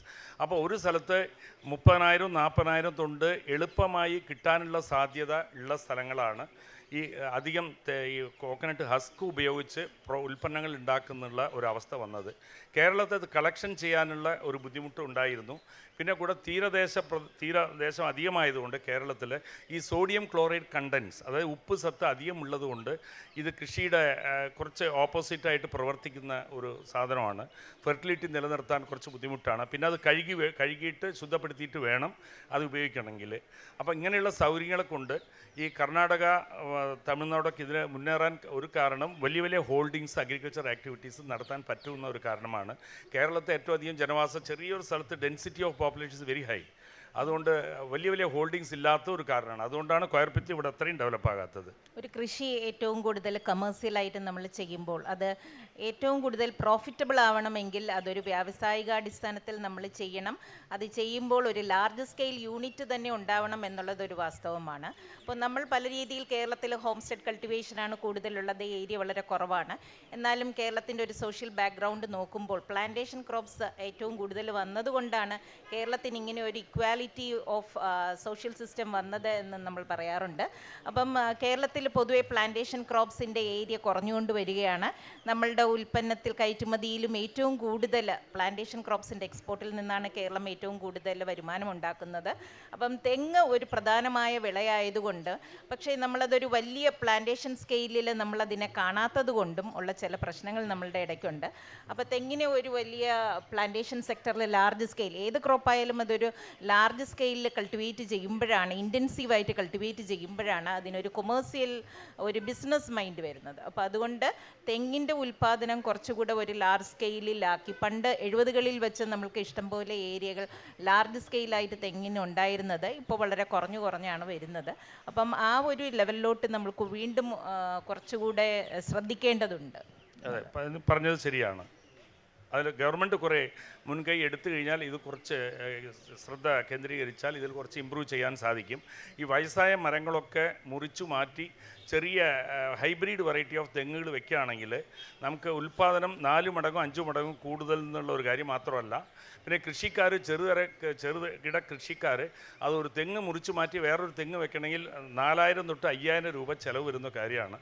അപ്പോൾ ഇതിനു മുമ്പ് കേന്ദ്ര സർക്കാർ അവർക്ക് മരം മുറിക്കാനായിട്ട് 1,500 രൂപയാണ് സബ്സിഡി കൊടുത്തുകൊണ്ടിരുന്നത്. അപ്പോൾ ഞാൻ അതിൽ കൊയർ ബോർഡും കോക്കനട്ട് ടെർമിനലിലൊക്കെ എൻ്റെ ചില പൊസിഷൻ വെച്ചിട്ട് പലതവണ ഞാൻ നിവേദനം കൊടുത്തിരുന്നു സെൻട്രൽ ഗവൺമെൻറ്റിന്. പിന്നെ അത് 1,500 തൊട്ട് 3,000 വരയ്ക്കും ആക്കാനുള്ള ഒരു റെക്കമെൻഡേഷൻ പോയിരുന്നു. ഇപ്പോൾ അതിൻ്റെ അവസ്ഥ എന്താണെന്ന് അറിയില്ല. അതുകൂടെ വന്നു കഴിഞ്ഞാൽ ഇവിടെയുള്ള വയസ്സായ മരങ്ങൾ മുറിച്ചു മാറ്റി ചെറിയ നല്ല ബലഭൂയിഷ്ഠമായ സങ്കര ഇന മരങ്ങളൊക്കെ വെക്കുകയാണെങ്കിൽ തീർച്ചയായിട്ടും ഈ സ്ഥിതി തമിഴ്നാട്ടിലെ സ്ഥിതി പോലെ കേരളത്തെ ഒരു ഭാഗം കൊണ്ടുവരാൻ പറ്റും. കേരളത്തിലെ തെങ്ങുകൾ മിക്കതും നമുക്കറിയാം WCT വെസ്റ്റ് കോസ്റ്റ് ഓൾ എന്ന് പറയുന്ന ഇനമാണുള്ളത്. പണ്ട് മുതൽക്കേ കേരളത്തിന് അനുയോജിച്ച ഒരു ഇനമായി നമ്മൾ വളരെ ശ്രദ്ധിച്ചില്ലെങ്കിലും ഡ്രൗട്ട് കണ്ടീഷൻ ഉണ്ടെങ്കിലും ആരും ശ്രദ്ധിക്കാതെയും വളർന്നു വരുന്ന ഒരു ഇനമാണ് വെസ്റ്റ് കോസ്റ്റ് ഓൾ എന്ന് പറയുന്ന ഇനം. എന്നാലും ഒരു തെങ്ങിൻ്റെ ഉൽപ്പാദനത്തിൻ്റെ വിവിധ മേഖലകൾ നമ്മൾ പഠിച്ചപ്പോൾ നമുക്ക് മനസ്സിലായത്, കാർഷിക കോളേജിൽ നിന്ന് വിവിധ വിദ്യാർത്ഥികളും ഗവേഷണപരമായും ഒക്കെ പഠിച്ചപ്പോൾ നമുക്ക് മനസ്സിലായത്, ഒരു തെങ്ങിൻ്റെ ഏറ്റവും നല്ല ഉൽപ്പാദന ക്ഷമതയുള്ള സമയം എന്ന് പറയുന്നത് 35 വർഷം വച്ച് തീരുന്നു എന്നുള്ളതാണ്. 35 വർഷങ്ങൾക്ക് ശേഷം അവയുടെ ഉൽപ്പാദനം കുറഞ്ഞു വരുന്നതായിട്ടാണ് കാണുന്നത്. അപ്പോൾ ഒരു 35 വർഷം കഴിഞ്ഞാൽ തന്നെ നമ്മളൊരു എക്കണോമിക് ലൈഫ് അതിൻ്റെ കഴിഞ്ഞത് സമയത്ത് നമ്മൾ അതിൻ്റെ കീഴിൽ വീണ്ടും തെങ്ങുകൾ, ചെറിയ തെങ്ങുകൾ വച്ചു കൊടുക്കേണ്ടത് ആവശ്യമാണ്. അപ്പോൾ ഇത് ഓരോ വർഷവും നമ്മൾക്ക് തെങ്ങിനെ പോലെ ഇത്രയും എല്ലാ മാസവും ഓരോ കൊല വീതം തരുന്ന വേറെ ഒരു ചെടിയും ഇല്ല, ഒരു വൃക്ഷവും ഇല്ല എന്നുള്ളതാണ് ഒരു വാസ്തവം. മിക്ക ചെടികളും മാങ്ങയായാലും നമ്മൾ നോക്കിയാൽ, ബാക്കി ഇപ്പം ചക്കയായാലും എല്ലാം വർഷത്തിൽ ഒരു തവണ തരുന്നതാണ്. പക്ഷേ എല്ലാ മാസവും ഓരോ ബഞ്ച് തേങ്ങ നമുക്ക് തരുന്ന ഒരു വൃക്ഷം വേറെ ഇല്ല എന്നുള്ളതാണ്. അപ്പോൾ ഇത്രയും കൂടുതൽ ഉൽപ്പാദനം അത് തരണമെങ്കിൽ അതിന് അത്രയും കൂടുതൽ തന്നെ ന്യൂട്രീഷൻ നമ്മൾ കൊടുക്കേണ്ടതുണ്ട്. നമ്മൾ അതിന് വേണ്ട വെള്ളവും വളവും കൊടുക്കേണ്ടതുണ്ട്. അതിൻ്റെ ഒരു പരിധി കഴിയുമ്പോൾ അവയുടെ ഈൽഡ് കുറയുന്നതനുസരിച്ച് മാറ്റിയതിന് ശേഷം പുതിയ തെങ്ങ് നമ്മൾ നടേണ്ടതുമാണ്. അതായത് കൂടുതൽ രോഗവും കീടവും എല്ലാം വരുന്നത് 35 വർഷം ഉൽപ്പാദനം തന്നു കഴിയുമ്പോൾ തെങ്ങിൻ്റെ വളം ഒക്കെ കുറയുന്നത് കാരണം രോഗങ്ങൾക്ക് സക്സെപ്റ്റബിൾ ആവുന്നു എന്നുള്ളതുകൊണ്ടാണ്. അപ്പം 35 വർഷത്തിന് ശേഷം നമ്മൾ പുതിയ തെങ്ങുകൾ അതിൻ്റെ താഴെ വച്ചു പിടിപ്പിക്കുക എന്നുള്ളതും വളരെ നമ്മൾ ശ്രദ്ധിക്കേണ്ട ഒരു കാര്യമാണ്. അപ്പം സാർ, ഈ കൊയർ ബേസ്ഡ് സാറിന് പ്രസിഡന്റിന്റെ ഒരു അവാർഡ് ഇതുമായിട്ട് അനുബന്ധിച്ച് കിട്ടിയിട്ടില്ലേ? കൊയർ ബേസ്ഡിൻ്റെ ആണോ? പിത്തനും കിട്ടിയിട്ടുണ്ട്, പിന്നെ കോക്കനട്ട് പോഡസിന് കിട്ടിയിട്ടുണ്ട്. കൊയർ പിത്ത് ഞങ്ങൾ 1983 ആദ്യമായി എക്സ്പോർട്ട് ചെയ്യുമ്പോൾ അപ്പോഴത്തെ പ്രസിഡന്റ് RK നാരായണൻ സാറായിരുന്നു. അദ്ദേഹം വിളിച്ച് വെൽത്ത് ഫ്രം വേസ്റ്റ് എന്നുള്ളൊരു അവാർഡ് എനിക്ക് കിട്ടിയിരുന്നു. അത് ചകിരിച്ചോറ് ആദ്യത്തെ എക്സ്പോർട്ടിന് വേണ്ടി കിട്ടിയതാണ്. അത് ഒരടിക്ക് ഒരടിയും പിന്നെ 4 ഇഞ്ച് തിക്നെസ്സുള്ള കംപ്രസ്ഡ് ബ്ലോക്ക് എന്ന് പറയും. അപ്പോഴൊക്കെ കൈകൊണ്ട് ചുറ്റിയിട്ടായിരുന്നു. ആ സമയത്ത് ടെക്നോളജി അത്രയും നന്നായിരുന്നില്ല. ഇപ്പോൾ വളരെ ഓട്ടോമാറ്റിക് കോർപ്പിത്ത് ഇട്ട് കഴിഞ്ഞാൽ അത് വാഷ് ചെയ്ത് അതിൽ വെള്ളം പിഴിഞ്ഞെടുത്ത് ഉണങ്ങി മെഷീൻ്റെ അകത്ത് പോയി ബ്ലോക്കായി പുറത്ത് വരുന്ന വഴിക്കുള്ള മെഷീൻസ് ഇപ്പോൾ അവൈലബിൾ ആണ്. തമിഴ്നാട്ടിലെ കുറേ സ്ഥലത്ത് ആ മെഷീനുകളൊക്കെ ഉണ്ടാക്കുന്നുണ്ട്. ഇപ്പോൾ അങ്ങനെയുള്ള സ്ഥിതി വന്നതിന് ശേഷം കോയർപ്പിത്തിൻ്റെ മാർക്കറ്റ് വളരെ ഒരു 100 മടങ്ങ് വലുതായി എന്ന് പറയാം. 85കളിലാണ് ഇത് തുടങ്ങിയിരിക്കുന്നത്. 82ൽ നിന്ന് ഇപ്പം നമുക്കറിയാം 2015 തൊട്ട് ഏകദേശം കൊയർ പിത്തുകൾ നമുക്ക് മാർക്കറ്റിൽ ആമസോൺ വഴിയൊക്കെ കിട്ടി തുടങ്ങിയതാണ്. ഇപ്പോൾ ഗാർഡനിൽ തന്നെ നമുക്ക് എല്ലാവർക്കും അറിയാം, അത് വാങ്ങിക്കാനും പറ്റുന്ന വലിയൊരു വ്യവസായിക മേഖലയായി അതിപ്പോൾ മാറിക്കഴിഞ്ഞു എന്നുള്ളതാണ്. പിന്നെ ഇതിലൊരു കാര്യം കൂടെ പറയാനുണ്ട്. ഈ കോയർപ്പിത്തിൻ്റെ ഉപയോഗം നമ്മുടെ ആൾക്കാർ അധികം ഇവിടെ ഉൽപ്പാദനം നടക്കുന്ന ഈ കോയർപ്പിത്ത് ഇവിടെ അധികം ആരും ഉപയോഗിക്കുന്നില്ല. കാരണം അതിൻ്റെ അറിവ് വളരെ കുറവാണ്. ഇതേ കോയർപ്പിത്ത് ഉദാഹരണത്തിന് നെതർലാൻഡ് എന്നൊരു കൺട്രി എടുക്കുകയാണെങ്കിൽ അവർ നമ്മുടെ ഇന്ത്യയിലുള്ള ഒരു സ്റ്റേറ്റിൻ്റെ അത്ര മാത്രമേ ഉള്ളൂ. അവർ എക്സ്പോർട്ട് ചെയ്യുന്ന അഗ്രികൾച്ചർ വെജിറ്റബിൾസ് ഇന്ത്യനേക്കാളും 1 മടങ്ങ് അധികമാണ്. നമ്മളെക്കാൾ കൂടുതലായിട്ട് അവർ എക്സ്പോർട്ട് ചെയ്യാൻ സാധിക്കുന്നതിൻ്റെ കാരണം അവർ the modern techniques of agriculture activities. അപ്പോൾ അവർ ഈ കമ്പ്യൂട്ടർ വ്യവസായമാണ് അധികം. അഗ്രികൾച്ചറിൽ കമ്പ്യൂട്ടറാണ് വർക്ക് ചെയ്യുന്നത്. അപ്പോൾ ആ കമ്പ്യൂട്ടറിൻ്റെ പ്രോബ് വർക്ക് ചെയ്യുന്നത് സോയിലിൽ നിന്ന് കമ്പ്യൂട്ടറിലേക്ക് ഘടിപ്പിച്ചിരിക്കുകയാണ്. ഓരോ ഗ്രീൻ ഹൗസിലും കോയർപ്പിത്തിട്ട് ചെയ്യുമ്പോൾ ആ റൂട്ടിലുള്ള വെള്ളം പിന്നെ അതിൻ്റെ അകത്ത് ഹീറ്റ് ഇതൊക്കെ കൺട്രോൾ ചെയ്യാനായിട്ട് ഒരു സോഫ്റ്റ്വെയർ ഡെവലപ്പ് ചെയ്തിട്ടുണ്ട്. നമ്മൾ വഴുതിനിങ്ങ ബ്രിഞ്ചാളിന് കമ്പ്യൂട്ടറിൽ അമർത്തി കഴിഞ്ഞാൽ ആ ഗ്രീൻ ഹൗസിൻ്റെ അകത്തുള്ള എല്ലാ കാലാവസ്ഥയും ബ്രിഞ്ചാളിന് അനുയോജ്യമായുള്ളത് പെട്ടെന്ന് മാറും. നമ്മൾ 6 മാസം കൊണ്ടോ അല്ല 3 മാസം കൊണ്ട് ചെയ്യുന്ന അതിൻ്റെ കൃഷിയുടെ സമയമാണെങ്കിൽ ഇത് 1 മാസം കൊണ്ട് ആ ചെടീനെ പറ്റിച്ച് കായ്പ്പിക്കുന്ന ഒരു സ്ഥിതിയാണ് ഈ സോഫ്റ്റ്വെയർ. അപ്പോൾ അവരുടെ ഉൽപ്പാദനം പല മടങ്ങ് കൂടുന്നു. അതുകൊണ്ട് അവർക്ക് കൂടുതൽ നമ്മളെക്കാളും കൂടുതൽ ഒരു ചെറിയ സ്ഥലത്ത് ഇന്ത്യനേക്കാളും കൂടുതൽ വെജിറ്റബിൾസ് എക്സ്പോർട്ട് ചെയ്യുന്നു. ഫ്ലോറിക്കൾച്ചറിൽ അവരാണ് വേൾഡിൽ നമ്പർ 1. ഇതൊക്കെ അവർ പറ്റുന്നതിൻ്റെ കാര്യം ഈ കോയർപ്പിത്ത് ഉപയോഗിച്ചുകൊണ്ടാണ്. ഈ മറ്റേ സോയിൽ അത് വർക്ക് ചെയ്യില്ല, സാധാരണ ഈ കമ്പ്യൂട്ടർ വർക്ക് ചെയ്യില്ല. അപ്പോൾ ഈ കോയർപ്പിത്ത് അതിനുവേണ്ടി അവർക്ക് വേണം. ഇങ്ങനെയുള്ള ലേറ്റസ്റ്റ് സംഗതികളൊക്കെ നമുക്കും വരണം. നമ്മുടെ അഗ്രികൾച്ചർ ഡിപ്പാർട്ട്മെൻറ്റ് അതിന് വേണ്ടത് ചെയ്യണം. അതായത് കൊയർപ്പിത്ത് എന്ന് പറയുന്നത് അദ്ദേഹം പറഞ്ഞ പോലെ ഒരു മീഡിയമായിട്ട് മറ്റ് രാജ്യങ്ങൾ ഉപയോഗിച്ച് തുടങ്ങി എന്നുള്ളതാണ്. അപ്പം നമ്മൾക്ക് തന്നെ അറിയാം, നമ്മൾ ഉപയോഗിക്കുന്ന മണ്ണ്, മണൽ, ചാണകപ്പൊടി ഇവ ചേർന്നാണ് സാധാരണയായിട്ട് നമ്മളൊരു മീഡിയമായിട്ട് പോട്ടിംഗ് മിക്സ്ചർ എന്ന രീതിയിൽ നമ്മൾ ചെടി നടാൻ വേണ്ടി, പോളി ബാഗുകളിൽ നടാൻ വേണ്ടി, സീഡ്ലിങ്സ് റൈസ് ചെയ്യാൻ വേണ്ടിയൊക്കെ എടുക്കുന്നത്. അപ്പോൾ അപ്പോൾ ഇതിന് സാൻഡ് പണ്ട് നമ്മൾ ഉപയോഗിച്ചിരുന്ന മണൽ, മണ്ണ്, ചാണകപ്പൊടി. അപ്പം മണലിന് നമുക്കറിയാം ഇന്ന് വളരെ ഒരു ലോഡ് മണലിൻ്റെ വില നമുക്ക് വളരെ അറിയാവുന്നതാണ്. അപ്പോൾ ഈ മണലിനെ റീപ്ലേസ് ചെയ്തുകൊണ്ട് തെങ്ങിൻ്റെ ചകിരിച്ചോറ് നമുക്ക് റീപ്ലേസ് ചെയ്യാൻ പറ്റുന്നതാണ്. കാരണം മണലിനെ പോലെ തന്നെ സ്റ്റെറൈലായിട്ടുള്ളൊരു മീഡിയമാണ്. പിന്നെ അതിൻ്റെ അഡ്വാൻറ്റേജ് എന്ന് പറഞ്ഞത് വെള്ളം ഹോൾഡ് ചെയ്ത് നിൽക്കാൻ പറ്റുന്നു എന്നുള്ളതാണ്. 6 തൊട്ട് 7 ഇരട്ടി വെള്ളം അതിന് പിടിച്ചു നിർത്താൻ പറ്റുന്നു എന്നുള്ളതാണ്. അപ്പോൾ ഇത്രയും വെള്ളം പിടിച്ചു നിർത്താൻ കഴിയുന്നതും അതിൻ്റെ സ്റ്റെറൈലായിട്ടുള്ള കണ്ടീഷനും പിന്നെ വളരെ ഈസിലി അവൈലബിളുമായിട്ടുള്ള ഒരു മെറ്റീരിയൽ ആയതുകൊണ്ട് നമ്മൾക്ക് ഇത് ഉൽപ്പാദനത്തിന് വേണ്ടി നഴ്സറികളിൽ ഉൽപ്പാദനത്തിന് വേണ്ടി നമുക്ക് ഉപയോഗിക്കാവുന്നതാണ്. പിന്നെ കൊയർപ്പിത്തുകൾ മണ്ണ് മാറ്റിയതിന് ശേഷം മണ്ണിൽ രോഗങ്ങളുള്ളത് കൊണ്ട് മണ്ണ് മാറ്റിയതിന് ശേഷം കൊയർപ്പിത്തും വെർമി കമ്പോസ്റ്റോ കൊയർപ്പിത്തും നമ്മളുടെ ചാണകപ്പൊടിയും ചേർത്തുമൊക്കെ നമ്മൾ പോട്ടിംഗ് മിക്സ്ചറുകൾ ഇപ്പോൾ ഉണ്ടാക്കുന്നുണ്ട്. അപ്പോൾ ഇതുകൂടാതെ നമ്മൾ ഫുഡ് പ്രോഡക്ട്സ് ആയിട്ടുള്ള തേങ്ങയിൽ നിന്ന് നമുക്ക് ഉണ്ടാക്കാൻ പറ്റുന്ന അതിൻ്റെ കാമ്പിൽ നിന്നുണ്ടാക്കാൻ പറ്റും, പിന്നെ അതിൻ്റെ തേങ്ങാ വെള്ളത്തിൽ നിന്നുണ്ടാക്കാൻ പറ്റും, തേങ്ങയുടെ ഇൻഫ്ലോറസൻസിൽ നിന്നുണ്ടാക്കാൻ പറ്റും. ഈ വിവിധ ഉൽപ്പന്നങ്ങളും ഇവിടെ സാറിൻ്റെ കമ്പനിയിൽ നിന്ന് പോകുന്നുണ്ടോ എന്നുള്ളതാണ്. 1-2 പ്രോഡക്റ്റ് നോൺ എഡിബിൾ പ്രോഡക്റ്റ് ആയുള്ളത് കോക്കനട്ട് ഷെല്ലാണ്. ഈ കോക്കനട്ട് ഷെല്ല് 1983 ബാർസലോണ ഒളിമ്പിക്സിൽ ഈ coconut flavoured ice cream packed in coconut shell എന്നുള്ള കൺസെപ്റ്റ് ഡെവലപ്പ് ചെയ്തു. അതിനുശേഷം ഈ കഴിഞ്ഞ 30 കൊല്ലമായിട്ട് അവർ ഉപയോഗിക്കുന്നത് കോക്കനട്ട് ഫ്ലേവേർഡ് ഐസ്ക്രീം പാക്ക് ചെയ്യുന്നത് കോക്കനട്ട് ഷെല്ലിലാണ്, ചിരട്ടയിലാണ്. 200 ml കൃത്യമായിട്ടുള്ള സൈസ് മാത്രം തിരഞ്ഞെടുത്ത് അതാണ് നമ്മൾ ശ്രദ്ധിക്കേണ്ടത്. ചിരട്ടകൾ വിവിധ തരമാണ്. അപ്പം നമ്മൾ അതിനൊരു പ്ലാസ്റ്റിക് അടപ്പ് വെച്ച് നമ്മളത് നോക്കുകയാണെങ്കിൽ പലതിനും പലതരത്തിലുള്ള അടപ്പുകൾ വെച്ച് നമ്മൾക്ക് അടയ്ക്കേണ്ടതായിട്ട് വരും. അപ്പോൾ ഒരു യൂണിഫോം സൈസുള്ള ചിരട്ടകളെ മാത്രം നമ്മൾ മെഷീനിലൂടെ സെലക്ട് ചെയ്ത് അതിനെ നമ്മൾ കൂടുതൽ പോളിഷൊക്കെ ചെയ്ത് ഭംഗിയാക്കി അതിനെ നമ്മളൊരു ഐസ്ക്രീം കപ്പായിട്ടാണ് ഉപയോഗിക്കുന്നത്. അത് നമ്മൾക്ക് വ്യാപകമായി ഉപയോഗിക്കാവുന്നതാണ്. അതിപ്പോൾ കേരളത്തിൽ കാലടി എന്ന് പറഞ്ഞൊരു സ്ഥലത്ത് നിന്ന് 2 ഇൻഡസ്ട്രിയലിസ്റ്റ് അവർ അയച്ചുകൊണ്ടിരിക്കുന്നത്. തമിഴ്നാട്ടിൽ 4 പേര് അയച്ചുകൊണ്ടിരിക്കുന്നുണ്ട്. അത് ഇൻഡസ്ട്രി പുരോഗമിക്കുന്നു. ഇപ്പോൾ ജപ്പാനിലും അത് പോയി തുടങ്ങി. പിന്നെ അതുകൂടാതെ ചിരട്ട കൊണ്ടുള്ളത് ആക്ടിവേറ്റഡ് കാർബൺ ആണ്. ഇവിടെ ഏറ്റവും അധികം ധാരാളം കേരളത്തിൽ കിട്ടുന്നതാണ്. എല്ലാ കൊപ്ര മില്ലുകളും ധാരാളം ഉള്ളതുകൊണ്ട് ഇവിടെ ധാരാളം ചിരട്ടകളും കിട്ടുന്നു. ആ ചിരട്ടകളൊക്കെ ഇപ്പോൾ വെറുതെ ഫ്യൂവലായിട്ട് ഫയർ ചെയ്യാൻ ബോയിലറിൽ ഇട്ടുകൊണ്ടിരിക്കുകയാണ്. അത് കാർബണായിട്ട് ആക്ടിവേറ്റഡ് കാർബൺ ആകണമെങ്കിൽ അത് കരിച്ച് അത് ആക്ടിവേറ്റഡ് കാർബൺ ആക്കാനുള്ള പൊല്യൂഷൻ കൺട്രോൾ ബോർഡ് ലൈസൻസ് കൊടുക്കുന്നത് വളരെ കഷ്ടമുള്ള ഒരു കാര്യമാണ്. അവരത് വന്ന് പഠിച്ച് അവിടെ അടുത്ത പൊല്യൂഷനൊന്നും ഇല്ലെങ്കിൽ അവർ ലൈസൻസ് തരുള്ളൂ. പക്ഷേ ഇപ്പോഴത്തെ ലേറ്റസ്റ്റ് ഡെവലപ്മെൻറ്റ് അതിനുവേണ്ടി ഒരു പെരുന്തുറ എന്ന് പറഞ്ഞാൽ ഈറോഡ് അടുത്താണ്. അവിടെ ജാബ്സ് എന്ന് പറഞ്ഞൊരു ഫോറിൻ കമ്പനി തുടങ്ങിയിട്ടുണ്ട്. അവിടെ ചിരട്ട ഒരു ദിവസം വരെ കത്തിക്കുന്നത് 200 ടണ്ണാണ് ചിരട്ട കരിക്കുന്നത്. അത് കേരളത്തിൽ നിന്നും കുറേ വരുന്നുണ്ട്. അത് വലിയ കില്ലിനിട്ടിട്ട് കരിച്ച് ആ പുക പുറത്ത് അത് എഫ്ലുവൻ്റൊക്കെ പുറത്ത് എടുത്ത് ഒരു പ്രൊട്ടക്റ്റീവ് മാനർ കൂടെ ഒരു വെള്ളത്തിൻ്റെ അകത്തിട്ട് ശുദ്ധീകരിച്ച് കൂളാക്കി വീണ്ടും ടർബൈനിൽ കണക്ട് ചെയ്തുകൊണ്ട് ഇലക്ട്രിസിറ്റി പ്രൊഡ്യൂസ് ചെയ്യാണ്.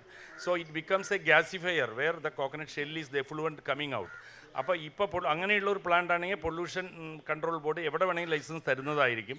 അപ്പോൾ അങ്ങനെ ആർക്കും ഒരു ബാധിപ്പില്ലാത്ത പുകയൊന്നും ഇല്ലാത്ത ഒരു യൂണിറ്റുകളായിട്ട് ആക്ടിവേറ്റഡ് കാർബൺ ഉണ്ടാക്കാൻ പറ്റും. ഇപ്പോൾ 1 കിലോ ആക്ടിവേറ്റഡ് കാർബണിൻ്റെ പ്രൈസ് $1.5, അതായത് 140-150 രൂപയാണ്. അത് കിട്ടാത്തത്ര വളരെ ഡിമാൻഡ് ഉള്ളതുകൊണ്ട് കേരളത്തിൽ 2-3 യൂണിറ്റ് ഉണ്ട്, തമിഴ്നാട്ടിൽ ഒരു 10 യൂണിറ്റ് ഉണ്ടായിരിക്കും. ഇനിയും അതിന് ധാരാളം ഡിമാൻഡ് ഉണ്ട്. അപ്പോൾ എല്ലാ ഇലക്ട്രോണിക് ഗൂഡ്സിലും TV ആണെങ്കിലും സെൽഫോൺ ആണെങ്കിലും അവിടെ കാർബണിൻ്റെ അംശമില്ലാത്ത ഒരു പാർട്സ് ഇല്ലാത്ത ഒരു ഇലക്ട്രോണിക് ഗുഡ്സും ഇപ്പോൾ ലോകത്തിലില്ല. അപ്പോൾ ഇവർക്കൊക്കെ ഈ ആക്ടിവേറ്റഡ് കാർബൺ വേണമെന്നുണ്ടെങ്കിൽ അതിൻ്റെ കണ്ടിന്യൂസ് യൂസ് കൊണ്ട് വരുന്ന എഫ്ലുവൻ്റ് കുറയ്ക്കാൻ വേണ്ടി ഉപയോഗിക്കുന്നതാണ് ആക്ടിവേറ്റഡ് കാർബൺ. അപ്പോൾ അത് ഷെൽ ചാർക്കോളിൽ വരുന്നത് വളരെ ഉപയോഗപ്രദമാണ്. അപ്പോൾ അതിനുള്ള കാര്യങ്ങളും കേരളത്തിൽ ഉണ്ടെന്നാണ് എൻ്റെ പഠനം സ്റ്റഡി ചെയ്യുന്നത്. അപ്പോൾ കോക്കനട്ടിൻ്റെ ഷെല്ല് എന്ന് പറയുന്നത് നമുക്കറിയാം ആക്ടിവേറ്റഡ് കാർബൺ ഉപയോഗിക്കാം. സർ പറഞ്ഞ പോലെ ഐസ്ക്രീം കപ്പായിട്ട് ഉപയോഗിക്കാമെന്ന് പറഞ്ഞു. അപ്പം നമുക്കറിയാം ചിരട്ടയിട്ട് പണ്ട് ആൾക്കാർ വെള്ളം കുടിക്കാറുണ്ട്. ചിരട്ടയിട്ട വെള്ളം തിളപ്പിച്ച് കുടിക്കുമ്പോൾ ഡയബറ്റീസുകാർക്ക് വളരെ നല്ലതാണ് എന്നാണ് പറയുന്നത്. അപ്പോൾ അതൊരു വളരെ നാച്ചുറലായിട്ടുള്ള ഒരു കണ്ടെയ്നറാണ്. അപ്പോൾ ആ പ്ലാസ്റ്റിക് കണ്ടെയ്നറിൽ സാധാരണ നമ്മൾ ഉപയോഗിക്കുന്നതിനേക്കാൾ നല്ലത് നാച്ചുറലായിട്ടുള്ള കണ്ടെയ്നറുകൾ ഉപയോഗിച്ച് ശീലിക്കുക എന്നുള്ളത് അടുത്ത തലമുറയെങ്കിലും നടത്തട്ടെ എന്ന് നമുക്ക് പറയാം. പറയാം. അപ്പോൾ ആക്ടിവേറ്റഡ് ചാർക്കോൾ നമുക്കറിയാം അതൊരു പ്യൂരിഫയറാണ്.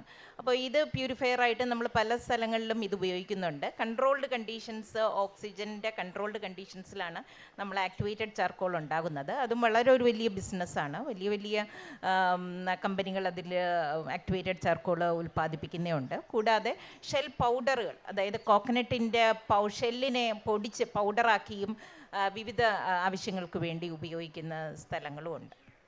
അത് ഈ കോക്കനട്ട് ഷെല്ല് പൊടിച്ച് ഇപ്പോൾ മാഡം പറഞ്ഞ ഇത് ബാക്ക് ലൈറ്റ് മെറ്റീരിയൽ ഉണ്ടാക്കാനും നമ്മൾ വീടുകളിൽ ഉപയോഗിക്കുന്ന സ്വിച്ചുകൾ പ്ലാസ്റ്റിക്കിൻ്റെ ഒപ്പം ചേർത്തുന്ന ഒരു ചേരുവയാണത്. അതിനെ സ്ട്രോങ് ആക്കാൻ വേണ്ടിയിട്ടുള്ളത്. അതാണ് കോക്കനട്ട് ഷെൽ പൾവറൈസ്ഡ് പൗഡർ എന്ന് പറയും. അതും മാർക്കറ്റിലുണ്ട്. അത് വേണമെങ്കിലും ഉണ്ടാക്കാം. ഇതൊക്കെ അഗ്രികൾച്ചർ നോൺ എഡിബിൾ പ്രോഡക്ട്സ് ആണ്. ഇതുകൂടാതെ നമുക്കറിയാം ഇതിൽ നിന്ന് തെങ്ങിൽ നിന്ന് ഓല, വിവിധമായ അതിൻ്റെ ഇൻഫ്ലോറസൻസ്, ഇതിൽ നിന്നൊക്കെ വരുന്ന ബയോ വേസ്റ്റുകളുണ്ട്. ഇതിനെയൊക്കെ അരച്ച് ബ്രിക്കറ്റുകളാക്കിയും ഉൽപ്പാദനത്തിന് നമുക്കതൊരു ഫ്യൂവലായിട്ട് യൂസ് ചെയ്യുന്നതും നമുക്ക് ഉപയോഗിക്കാവുന്നതാണ്. അപ്പോൾ ഇതുകൂടാതെ ഇനി എഡിബിളായിട്ടുള്ള ഉൽപ്പന്നങ്ങൾ, നോൺ എഡിബിൾ പുതുതായിട്ട് ഇപ്പോൾ ഇനി വന്ന ഒരു പ്രോഡക്റ്റ് കൂടിയുണ്ട്. ഈ തെങ്ങിൻ്റെ ഓല ഇപ്പോൾ പ്ലാസ്റ്റിക് സ്ട്രോ ഉപയോഗിക്കരുതെന്ന് ഗവൺമെൻറ് പറഞ്ഞിട്ടിരിക്കുകയാണ്. അപ്പോൾ ഈ പ്ലാസ്റ്റിക് സ്ട്രോന് പകരം പേപ്പർ കിട്ടുന്നത് കുറച്ചുകൂടെ കോസ്റ്റ്ലിയാണ്. ഇനിയും കുറച്ച് ഓർഗാനിക് ആയിട്ടുള്ള തെങ്ങിൻ്റെ ഓല ഈ സ്ട്രോ ആയിട്ട് മാറിക്കൊണ്ടിരിക്കുകയാണ്. അങ്ങനെ ഒരു 4 യൂണിറ്റ് കർണാടകയിൽ തുടങ്ങിക്കഴിഞ്ഞു. അവർ സ്ട്രോ ഉണ്ടാക്കി നല്ല തരത്തിൽ വിറ്റഴിക്കുന്നുണ്ട്. അത് തെങ്ങിൻ്റെ ഓല കൊണ്ടുണ്ടാക്കിയ സ്ട്രോ ആണ്. ഇത് നോൺ എഡിബിൾ പ്രോഡക്റ്റ് ആണ്. എഡിബിളായിട്ടുള്ള ഉൽപ്പന്നങ്ങളിൽ കാമ്പിൽ നിന്നെടുക്കുന്നതുണ്ട്, അവയുടെ വെള്ളത്തിൽ നിന്നെടുക്കുന്നതുണ്ട്, അവയുടെ പൂങ്കുലയിൽ നിന്നെടുക്കുന്നതുണ്ട്. അപ്പോൾ അതിൽ നിന്ന് കാമ്പിൽ നിന്നെടുക്കുന്ന ഉൽപ്പന്നങ്ങൾ ഏതൊക്കെയാണ്? ഉൽപ്പന്നങ്ങളിൽ മുന്നിൽ നിൽക്കുന്നത് DCP ആണ്, ഡെസിക്കേറ്റഡ് കോക്കനട്ട് പൗഡർ. ഇന്ത്യയിലെ ഇപ്പോൾ ബ്രിട്ടാനിയ ബിസ്ക്കറ്റ് ഫാക്ടറി എടുക്കുകയാണെങ്കിൽ ഒരു ദിവസം അവർക്ക് 110 ടണ്ണ് വേണം ഈ തേങ്ങയുടെ പൗഡർ. ഇന്ത്യയിലുള്ള 2000 ബിസ്ക്കറ്റ് ഫാക്ടറികൾ ഉപയോഗിക്കുന്നത് അല്ല. ക്രിസ്പിനെസ് ബിസ്ക്കറ്റിന് കിട്ടണമെങ്കിൽ കോക്കനട്ട് പൗഡറിൻ്റെ ചേരുവ വേണം. അപ്പോൾ coconut powder desiccated natural coconut പൾപ്പായി അരച്ച് ഉണക്കി കഴിഞ്ഞാൽ കോക്കനട്ട് പൗഡർ എന്ന് പറയും. അത്രയേ ഉള്ളൂ, അതിലൊന്നും ചേർക്കുന്നില്ല. അതിന് 8 മാസം ഷെൽഫ് ലൈഫ് ഉണ്ട്. അത് ചുടുവെള്ളത്തിൽ കഴുകുകയാണെങ്കിൽ 1 കൊല്ലം കൂടെ ഷെൽഫ് ലൈഫ് കിട്ടും, തേങ്ങ കഴുകിയിട്ട് അരയ്ക്കുകയാണെങ്കിൽ. അപ്പോൾ ഈ DCP എന്ന് പറഞ്ഞ ഡെസിക്കേറ്റഡ് കോക്കനട്ട് പൗഡർ ധാരാളമായി ഇന്ത്യയിൽ നിന്ന് എക്സ്പോർട്ട് ചെയ്യുന്നു. ഇപ്പോൾ ഫിലിപ്പീൻസും തായ്ലാൻഡും ഇന്തോനേഷ്യയൊക്കെയാണ് നമ്മുടെ കോമ്പറ്റീറ്റേഴ്സ് ഇൻ ഇൻ്റർനാഷണൽ മാർക്കറ്റ്. അവർക്ക് തേങ്ങയുടെ ഒരു കൊല്ലത്തിൽ ഒരു 6 മാസം അവർ മുൻപന്തിയിലായിരിക്കും. നമുക്ക് തേങ്ങ വില കുറയുമ്പോൾ നമ്മളുടെ പ്രോഡക്റ്റ് അവിടെ പോകാറുണ്ട്. ഒരു 5-6 മാസം നമുക്ക് അതിൻ്റെ സീസൺ കിട്ടാറുണ്ട്. അപ്പോൾ കോക്കനട്ട് പൗഡർ ധാരാളം നമ്മുടെ നിന്ന് എക്സ്പോർട്ട് ചെയ്യുന്നു. അല്ലാതെ ഇവിടുത്തെ ബിസ്ക്കറ്റ് ഫാക്ടറികൾ ഉപയോഗിക്കുന്നു. പിന്നെ നോർത്ത് ഇന്ത്യയിലുള്ള കോക്കനട്ട് ബർഫി ഉപയോഗിക്കാനും എല്ലാ ഫെസ്റ്റിവലിലും അവർ ഉപയോഗിക്കുന്നത് സ്വീറ്റ് കോക്കനട്ട് ബേസ്ഡ് ആണ്. അങ്ങനെയൊക്കെ ധാരാളം വെക്കുന്നുണ്ട്. അതാണ് ഡെസിക്കേറ്റഡ് കോക്കനട്ട് പൗഡർ. ഇപ്പോൾ തെങ്ങിൽ നിന്ന് നമ്മൾ നോക്കിയാൽ, ഇന്ത്യയിലുടനീളം നമ്മൾ നോക്കിയാൽ 50% അതിൻ്റെ ഉൽപ്പന്നം എന്ന് പറയുന്നത് നമ്മൾ തേങ്ങയുടെ ഓയിലിൽ നിന്ന് നമ്മളുടെ വീട്ടാവശ്യങ്ങൾക്ക് ഡൊമസ്റ്റിക് പർപ്പസിന് വേണ്ടിയും പിന്നെ റിലീജിയസ് പർപ്പസിന് വേണ്ടിയുള്ളതാണ്. കേവലം 2% മാത്രമേ നമ്മളൊരു വാല്യൂ ആഡഡ് പ്രോഡക്റ്റ് ആയിട്ട് ഇന്ന് മറ്റ് രാജ്യങ്ങളിലോട്ട് എക്സ്പോർട്ട് ചെയ്യുന്നുള്ളൂ. 2022-23 നമ്മൾ നോക്കിയാൽ 3500 കോടിയുടെ വാല്യൂ ആഡഡ് പ്രോഡക്ട്സ് ആണ് ഇന്ത്യയിൽ നിന്ന് തേങ്ങയുടെ ഉൽപ്പാദനത്തിൽ നിന്നും പോയിരിക്കുന്നത്. അപ്പോൾ എന്നാൽ ഇന്തോനേഷ്യ പോലുള്ള രാജ്യങ്ങൾ, ഇന്ത്യയാണ് ഇപ്പം നമ്മൾ നോക്കിയാൽ വേൾഡിലേക്ക് വെച്ച് ഏറ്റവും കൂടുതൽ തേങ്ങ ഉൽപ്പാദിപ്പിക്കുന്ന രാജ്യം. 20,500 മില്യൺ നട്ട്സാണ് നമ്മൾ ഒരു വർഷം ഉൽപ്പാദിപ്പിക്കുന്നത്. അപ്പോൾ ഇതിൽ നിന്ന് നമ്മൾ നോക്കിക്കഴിഞ്ഞാൽ ഇന്തോനേഷ്യ അതിന് താഴെയാണ് നിൽക്കുന്നത്. അപ്പോൾ ഇന്തോനേഷ്യയിൽ 38% അവർ വിവിധ ഇൻഡസ്ട്രി മേഖലയിൽ നിന്ന് വാല്യൂ ആഡഡ് പ്രോഡക്ട്സ് ഉണ്ടാക്കുന്നത്. ഇന്ത്യ കേവലം അതൊരു 2% ആയിരിക്കുമ്പോൾ. അപ്പോൾ ഇന്ത്യയിൽ ഏറ്റവും കൂടുതലും നമ്മൾ ഓയിലാണ് ഇതിനു വേണ്ടി 50%-ഓളം ഓയിലാണ് നമ്മൾ യൂസ് ചെയ്യുന്നത് ഇന്ത്യയിൽ മുഴുവനും. അത് കഴിഞ്ഞിട്ട് വരുന്ന ഏറ്റവും അധികം അടുത്ത ഉൽപ്പന്നം എന്ന് പറയുന്നത് ഡെസിക്കേറ്റഡ് കോക്കനട്ട് പൗഡറാണ്, DCP. ഇതിൻ്റെ മോയ്സ്ചർ കണ്ടൻറ്റ് എന്ന് പറയുന്നത് ഏതൊരു സാധനവും വളരെ നാൾ നിൽക്കുന്നത് അതിൻ്റെ മോയ്സ്ചർ കണ്ടൻറ്റ് വളരെ കുറയുമ്പോഴാണ്. 3% മോയ്സ്ചർ കണ്ടൻറ്റാണ് അതിനകത്തുള്ളത്. ഇപ്പം നമ്മൾ തേങ്ങ എടുത്ത് അതിൻ്റെ ആ തേങ്ങയുടെ പുറത്തുള്ള ബ്രൗൺ കളർ ടെസ്റ്റ് ഒന്ന് കളഞ്ഞതിന് ശേഷം സ്റ്റെറിലൈസ് ചെയ്ത് അതിൻ്റെ എണ്ണയൊക്കെ ഒന്ന് കഴുകി മാറ്റിയതിന് ശേഷം അതിനെ സ്റ്റെറിലൈസ് ചെയ്ത് പൊടിച്ച് സാർ പറഞ്ഞ പോലെ എടുക്കുന്നതാണ് നമ്മൾ DCP എന്ന് പറയുന്നത്. ഏറ്റവും കൂടുതൽ ബേക്കറി ഉൽപ്പന്നങ്ങളിലാണ് അത് ഉപയോഗിക്കുന്നത്. ബേക്കറി പ്രോഡക്ട്സുകളെല്ലാം ഇപ്പോൾ പണ്ടത്തെ പോലെ തേങ്ങയല്ല ഉപയോഗിക്കുന്നത്, അവർ ഡയറക്റ്റായിട്ട് നേരെ DCPയിലോട്ട് മാറുകയാണ് ചെയ്യുന്നത്. നമുക്കതിനറിയാം, ഇപ്പോൾ തേങ്ങ എടുത്ത് തേങ്ങാപ്പാൽ ഉണ്ടാക്കാനൊക്കെ ഉള്ള പാട് കാരണം ചില വീടുകളിലൊക്കെ നമ്മൾ തന്നെ ഒരു അത്യാവശ്യം വരുമ്പോൾ തേങ്ങാപ്പാൽ കടയിൽ നിന്ന് മേടിക്കുന്ന ഒരു സ്ഥിതിയുണ്ട്. തേങ്ങയുടെ ക്രീം ഭക്ഷണങ്ങൾക്ക് വളരെ രുചികരമായ ഉൽപ്പന്നങ്ങൾ നമുക്ക് വീട്ടിൽ തന്നെ ഉണ്ടാക്കുന്ന കറികൾ ഉണ്ടാക്കുമ്പോൾ കോക്കനട്ട് ക്രീം ഇട്ടാൽ അല്ലെങ്കിൽ കോക്കനട്ട് മിൽക്ക് ഇട്ടാൽ നല്ല രീതിയിൽ ക്രീം ഇട്ട് നമ്മൾക്ക് ഉണ്ടാക്കാൻ പറ്റുന്നതാണ്. അപ്പോൾ ബട്ടറിനെയൊക്കെ സബ്സ്റ്റിറ്റ്യൂട്ട് ചെയ്ത് തന്നെ നമ്മൾക്ക് കോക്കനട്ട് ക്രീം നമുക്ക് ഉപയോഗിക്കാവുന്നതാണ്.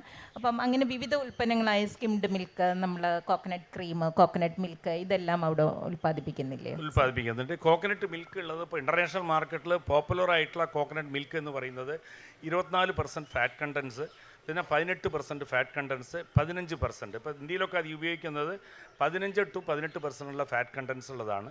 ക്രീം എന്ന് പറഞ്ഞാൽ 18% മേലെ പോയി കഴിഞ്ഞാൽ കോക്കനട്ട് ക്രീം എന്ന് പറയും, അതിന് താഴെയാണെങ്കിൽ കോക്കനട്ട് മിൽക്ക് എന്ന് പറയും. പിന്നെ ഇപ്പോൾ ചൈനയിലൊക്കെ അധികമായി ഉപയോഗിക്കുന്നത് വെറും 4% മാത്രം ഫാറ്റ് കണ്ടൻസ് ഉള്ള കോക്കനട്ട് ഡ്രിങ്ക്സാണ്, കോക്കനട്ട് മിൽക്ക് ഡ്രിങ്ക്. അതിൽ വെള്ളം ഒഴിച്ച് അത് ரொம்ப ഡൈല്യൂട്ട് ആക്കിയിട്ട് പല ബ്രാൻഡുകൾ വിൽക്കുന്നുണ്ട്. അത് കുറേ സ്ട്രെങ്ത് കൊടുക്കുന്ന ഒരു പ്രോഡക്റ്റ് ആയിട്ട് അവർ കാണുന്നു. അതുകൊണ്ട് വളരെയധികം ഉപയോഗിക്കുന്നവർ ചൈനയിലാണ് coconut milk as a drink. പിന്നെ ഈ ടിന്നത് എവിടെയുള്ളത്, ഇതാണ് ഇന്ത്യയിലൊക്കെ ഉപയോഗിക്കുന്നത്. 400 ml ടിന്നാണ്. പിന്നെ ഈ കോക്കനട്ട് പൗഡർ എന്ന് പറഞ്ഞ ഈ പാക്കറ്റാണ്. അപ്പോൾ ഇത് 25 കിലോൻ്റെ ബാഗിലും ചെറിയ ഈ കൺസ്യൂമർ പാക്കറ്റിലും ഒക്കെ ധാരാളം മാർക്കറ്റിൽ നമുക്ക് കിട്ടുന്നുണ്ട്. അപ്പോൾ കോക്കനട്ട് മിൽക്കിൻ്റെ കാര്യം എന്ന് പറഞ്ഞു കഴിഞ്ഞാൽ 15% തൊട്ട് 18% വരയ്ക്കുള്ളത് കോക്കനട്ട് മിൽക്ക് ഇന്ത്യയിൽ വളരെ പോപ്പുലറാണ്. അത് ഉണ്ടാക്കുന്നവർ ഇപ്പോൾ ഇന്ത്യയിലെ ഒരു 14-15 യൂണിറ്റ് ഉണ്ട് സൗത്ത് ഇന്ത്യയിൽ. തേങ്ങ നമ്മൾ കേരളത്തിൽ സുലഭമായി ഉള്ളതുകൊണ്ട് നമുക്ക് തേങ്ങയെക്കുറിച്ച് ഒരു മതിപ്പില്ല എന്ന് തന്നെ പറയാം. പക്ഷെ നമ്മളിപ്പോൾ ഡൽഹിയിലൊക്കെ സമ്മറിൽ ചെല്ലുവാണെങ്കിൽ അവിടെ എഡിബിൾ കൊപ്ര എന്ന് പറഞ്ഞ്, അതായത് അതൊരു ഡ്രൈ ഫ്രൂട്ടായിട്ടാണ് അവർ കാണുന്നത്. നമ്മൾക്കതൊരു ഡ്രൈ ഫ്രൂട്ട് അല്ലെങ്കിലും നമ്മൾ കൂടുതലും ടെൻഡർ കോക്കനട്ടിന് വേണ്ടി, കരിക്കിന് വേണ്ടിയൊക്കെയാണ് ഉപയോഗിക്കുന്നത്. എന്നാൽ ഡൽഹിയിൽ നിങ്ങൾ സമ്മറിലൊന്ന് വിസിറ്റ് ചെയ്യുവാണെങ്കിൽ നമുക്ക് കാണാൻ പറ്റുന്നത് വഴിയോരങ്ങളിൽ അവർ ഈ തേങ്ങ, ഉണങ്ങിയ തേങ്ങ വെച്ചേക്കുന്നു. അവർക്കതൊരു എഡിബിൾ ഡ്രൈ ഫ്രൂട്ടാണ്. അപ്പോൾ അത് അതിനകത്ത് ഓയിലുള്ളത് കൊണ്ടും നമുക്കറിയാം വെളിച്ചെണ്ണ വളരെ നല്ല, അതായത് ഡ്രൈ കണ്ടീഷൻസിന് നമ്മളുടെ ദേഹത്ത് തന്നെ പൊരിയൊക്കെ ഉണ്ടാകുമ്പോൾ തന്നെ നമ്മൾ കൂടുതലും വെളിച്ചെണ്ണയാണ് ഉപയോഗിക്കുന്നത്. അപ്പോൾ വെളിച്ചെണ്ണയ്ക്ക് ഡ്രൈ കണ്ടീഷൻ സമ്മറിൽ മനുഷ്യന് നമ്മളുടെ ബോഡിയുടെ തന്നെ മോയ്സ്ചർ കണ്ടൻറ്റ് നിലനിർത്താനും ബോഡി ടെമ്പറേച്ചറിനെ ഒരുവിധം കൺട്രോൾ ചെയ്യാനുമുള്ള ഒരു പ്രത്യേക തരം, അതിന് ഒരു പ്രത്യേക കഴിവുണ്ട്. പ്രത്യേകിച്ചും നമ്മൾ പറഞ്ഞ ഈ എണ്ണയിൽ തന്നെ virgin coconut oil, mother of oil, all oils എന്നാണ് നമ്മൾ പറയുന്നത്. ഇത് ഹ്യൂമൻ ബ്രസ്റ്റ് മിൽക്കിലുള്ള മോണോലോറിൻ, ലോറിക് ആസിഡ് എന്നുള്ള ലോറിക് ആസിഡ് ഫോം ചെയ്യുന്ന, അത് ആദ്യമായുള്ളത് അത് മോണോലോറിനാണ്. അത് കൺവേർട്ട് ചെയ്താണ് ലോറിക് ആസിഡ് ഫോം ചെയ്യുന്നത്. ലോറിക് ആസിഡ് എന്ന് പറയുന്ന ഒരു ഫാറ്റി ആസിഡാണ്. കോക്കനട്ടിൽ കൂടുതലും 90% നമ്മൾ പറയുന്നത് സാച്ചുറേറ്റഡ് ഫാറ്റി ആസിഡാണ് കൂടുതലുള്ളത്. അപ്പോൾ അതുകൊണ്ട് തന്നെ സാച്ചുറേറ്റഡ് ഫാറ്റി ആസിഡ് കൂടുതലുള്ളത് കൊണ്ട് ഇത് ഹാർട്ട് അറ്റാക്ക് വരും എന്ന് 80കളിലും 90കളിലും വ്യാപകമായി തേങ്ങയും വെളിച്ചെണ്ണയും കുറിച്ച് ഉള്ള ഒരു പ്രചാരണം ഉണ്ടായിരുന്നു. അപ്പോൾ എന്നാൽ തേങ്ങയിലുള്ള എണ്ണ എന്ന് പറയുന്നത് മീഡിയം ചെയിൻ ഫാറ്റി ആസിഡ് എന്നാണ് നമ്മൾ പറയുന്നത്. കാർബൺ 12, 6 തൊട്ട് 12 വരെയുള്ള മീഡിയം ചെയിനാണുള്ളത്. അപ്പോൾ അതിനുള്ള പ്രത്യേകത എന്താണെന്ന് വെച്ചാൽ നമ്മൾ കഴിച്ചു കഴിഞ്ഞാൽ നമ്മളുടെ കുടലിലെത്തുമ്പോൾ തന്നെ അത് പെട്ടെന്ന് വിഘടിച്ച് ലോങ് ചെയിൻ ഫാറ്റി ആസിഡുകളാണ് അവയ്ക്ക് മുറിഞ്ഞ് ചെറിയ ഘടകങ്ങളായി മാറാനുള്ള ബുദ്ധിമുട്ട്. അതേസമയം മീഡിയം ചെയിൻ ഫാറ്റി ആസിഡ് നമ്മൾ കഴിച്ചു കഴിഞ്ഞാൽ പെട്ടെന്ന് തന്നെ അത് വിഘടിച്ച് നമ്മളുടെ ബോഡിയിലോട്ട് ചേരും എന്നുള്ളതാണ്. അപ്പം അതിനെ അങ്ങനെ വലിയൊരു ഫാറ്റ് കണ്ടൻറ്റ് അതിനകത്ത് നിന്ന് സ്റ്റോർ ചെയ്യുന്നില്ല എന്നുള്ളത് അതിൻ്റെ ഒരു വലിയ പ്രത്യേകതയാണ്. ഇപ്പം നമ്മൾ നോക്കിക്കഴിഞ്ഞാൽ നമ്മളുടെ ഈ ശ്രീചിത്രയിൽ തന്നെ ചെയ്ത പല എക്സ്പെരിമെൻ്റ് റിസർച്ചിൻ്റെ ഭാഗമായിട്ട് കുഞ്ഞുകുട്ടികൾക്ക് നേരത്തെ ജനിക്കുന്ന പ്രിമച്വർ ബേബീസിനൊക്കെ നമ്മൾ വെർജിൻ കോക്കനട്ട് ഓയിലിൻ്റെ ഒരു തുള്ളി, നമ്മൾ എൻ്റെ രണ്ടാമത്തെ മോൻ പ്രിമച്വർ ബേബി ആയിരുന്നു. അപ്പോൾ അതൊരു 7 മാസത്തിൽ വന്നപ്പോഴത്തേക്ക് അവർ തന്നെ മെഡിക്കൽ കോളേജിൽ നിന്ന് തന്നെ അവർ അഡ്മിനിസ്റ്റർ ചെയ്തതാണ് 1 ml വെർജിൻ കോക്കനട്ട് ഓയിൽ എല്ലാ ദിവസവും കൊടുക്കുക എന്നുള്ളത്. അപ്പോൾ 1 ml വെർജിൻ കോക്കനട്ട് ഓയിൽ വെച്ച് കൊടുത്തപ്പോൾ കുട്ടിയുടെ വെയിറ്റ് കൂടുകയും അതിൻ്റെ നമുക്കറിയാം നല്ലതായിട്ട് കുട്ടിയുടെ വളർച്ചയെ തന്നെ അത് പെട്ടെന്ന് ഒരു 2 മാസം കൊണ്ട് തന്നെ എല്ലാ വെയിറ്റ് കൂടുകയും ചെയ്തു. അപ്പോൾ പ്രിമച്വർ ബേബീസിന് അതൊരു അഡ്മിനിസ്റ്റർ ചെയ്യുന്ന ഒരു മരുന്നായി മാറി. അപ്പോൾ സാറ് ഈ വെർജിൻ കോക്കനട്ട് ഓയിലിൽ നിന്ന് പലതരം ഉൽപ്പന്നങ്ങൾ അതിൻ്റെയൊക്കെ അഡ്വാൻസ്ഡ് സ്റ്റേജ് ഓഫ് റിസർച്ചിൽ പോയി സാർ അതിൽ നിന്നൊരു പ്രത്യേക പ്രോഡക്റ്റ് ഡെവലപ്പ് ചെയ്തിട്ടുണ്ട്. സാർ കോക്കോഹീലിനെ പറ്റി ഒന്ന് പറയാം. ഈ വെർജിൻ കോക്കനട്ട് ഓയിൽ എന്ന് പറഞ്ഞാൽ അതിൻ്റെ കൊളസ്ട്രോൾ ഫാറ്റ്, സാച്ചുറേറ്റഡ് ഫാറ്റ് വളരെ കുറഞ്ഞുകൊണ്ടാണ് അതിൻ്റെ വാല്യൂ. ഈ വെർജിൻ കോക്കനട്ട് എടുക്കുന്നത് തേങ്ങാപ്പാലിൽ നിന്നാണ്. അപ്പോൾ തേങ്ങാപ്പാൽ ഇൻഡസ്ട്രി ഉള്ളവർ അത് വെർജിൻ കോക്കനട്ട് ഈസി ആയിട്ട് ചെയ്യാൻ സാധിക്കും. അതാണ് അതിൻ്റെ പ്രത്യേകത. പിന്നെ ഈ കോക്കനട്ട് മിൽക്കിലും പിന്നെ ഈ ഇളനീരിലും ഉള്ള മാഡം പറഞ്ഞ ഈ ലോറിക് ആസിഡ് ഉപയോഗിച്ചിട്ടുള്ള ഈ പ്രോഡക്റ്റാണ് ഇനിമേൽ ഈ ഇത് നാളികേരത്തിൻ്റെ വെള്ളം കൊണ്ട് ഉണ്ടാക്കിയ ഒരു പാച്ച് പ്രോഡക്റ്റ് എന്ന് പറയും. പാച്ച് ഇത് വന്ന് കൊക്കോ ഹീൽ എന്നുള്ള മാർക്കറ്റിൽ നമ്മൾ വിൽക്കുന്നു. ഇനി ഡയബറ്റിക് പേഷ്യൻറ്റുകൾക്ക് വരുന്ന മുറിവുകൾ പെട്ടെന്ന് ഉണക്കാനായിട്ടുള്ള പ്രോഡക്റ്റാണിത്, കൊക്കോ ഹീൽ എന്ന് പറയുന്നത്. ഇതിൻ്റെ അകത്ത് അതാണ് ഉള്ളത്. ഇതാ മുറിവിൻ്റെ മുകളിൽ വെച്ചാൽ മതി, മരുന്നിൻ്റെ ആവശ്യമില്ല. ഇതിൽ ഉള്ള മോണോലോറിൻ്റെ പദാർത്ഥം അതിൻ്റെ അകത്ത് പോയിട്ട് ഒരു 1/3 ടൈം കൊണ്ട്, ഇപ്പോൾ 3 മാസം കൊണ്ട് ഉണങ്ങുന്ന ഒരു വൂണ്ടാണെങ്കിൽ 1 മാസം കൊണ്ട് ഉണങ്ങി കിട്ടും. ഇനി no more hassle of cutting off. ഇനി ഡയബറ്റിക് പക്ഷേ ഇനി മുതൽ കയ്യോ കാലോ മുറിക്കേണ്ട ആവശ്യം തീർച്ചയായിട്ടും ഇല്ല. ഈ പ്രോഡക്റ്റ് അത്രയും 2 കൊല്ലത്തിൻ്റെ റിസർച്ച് കഴിഞ്ഞ് ഇപ്പോഴേ പ്രോഡക്റ്റ് വന്നിട്ടുള്ളൂ. ഡ്രഗ് കൺട്രോളർ ഓഫ് ഇന്ത്യ നമുക്ക് ലൈസൻസ് തന്നിരിക്കുകയാണ്. പിന്നെ ministry of science and development and also welfare മിനിസ്ട്രിയിലൊക്കെ അപ്രൂവൽ കഴിഞ്ഞു. ഇപ്പോൾ ഇന്ത്യയിൽ നിന്ന് എക്സ്പോർട്ടും തുടങ്ങിയിട്ടുണ്ട്. ഇനി ഇന്ത്യയിലെ എല്ലാ മെഡിക്കൽ ഷോപ്പിലും ഇത് പെട്ടെന്ന് ഇത് കിട്ടുന്നതാണ് കൊക്കോ ഹീൽ.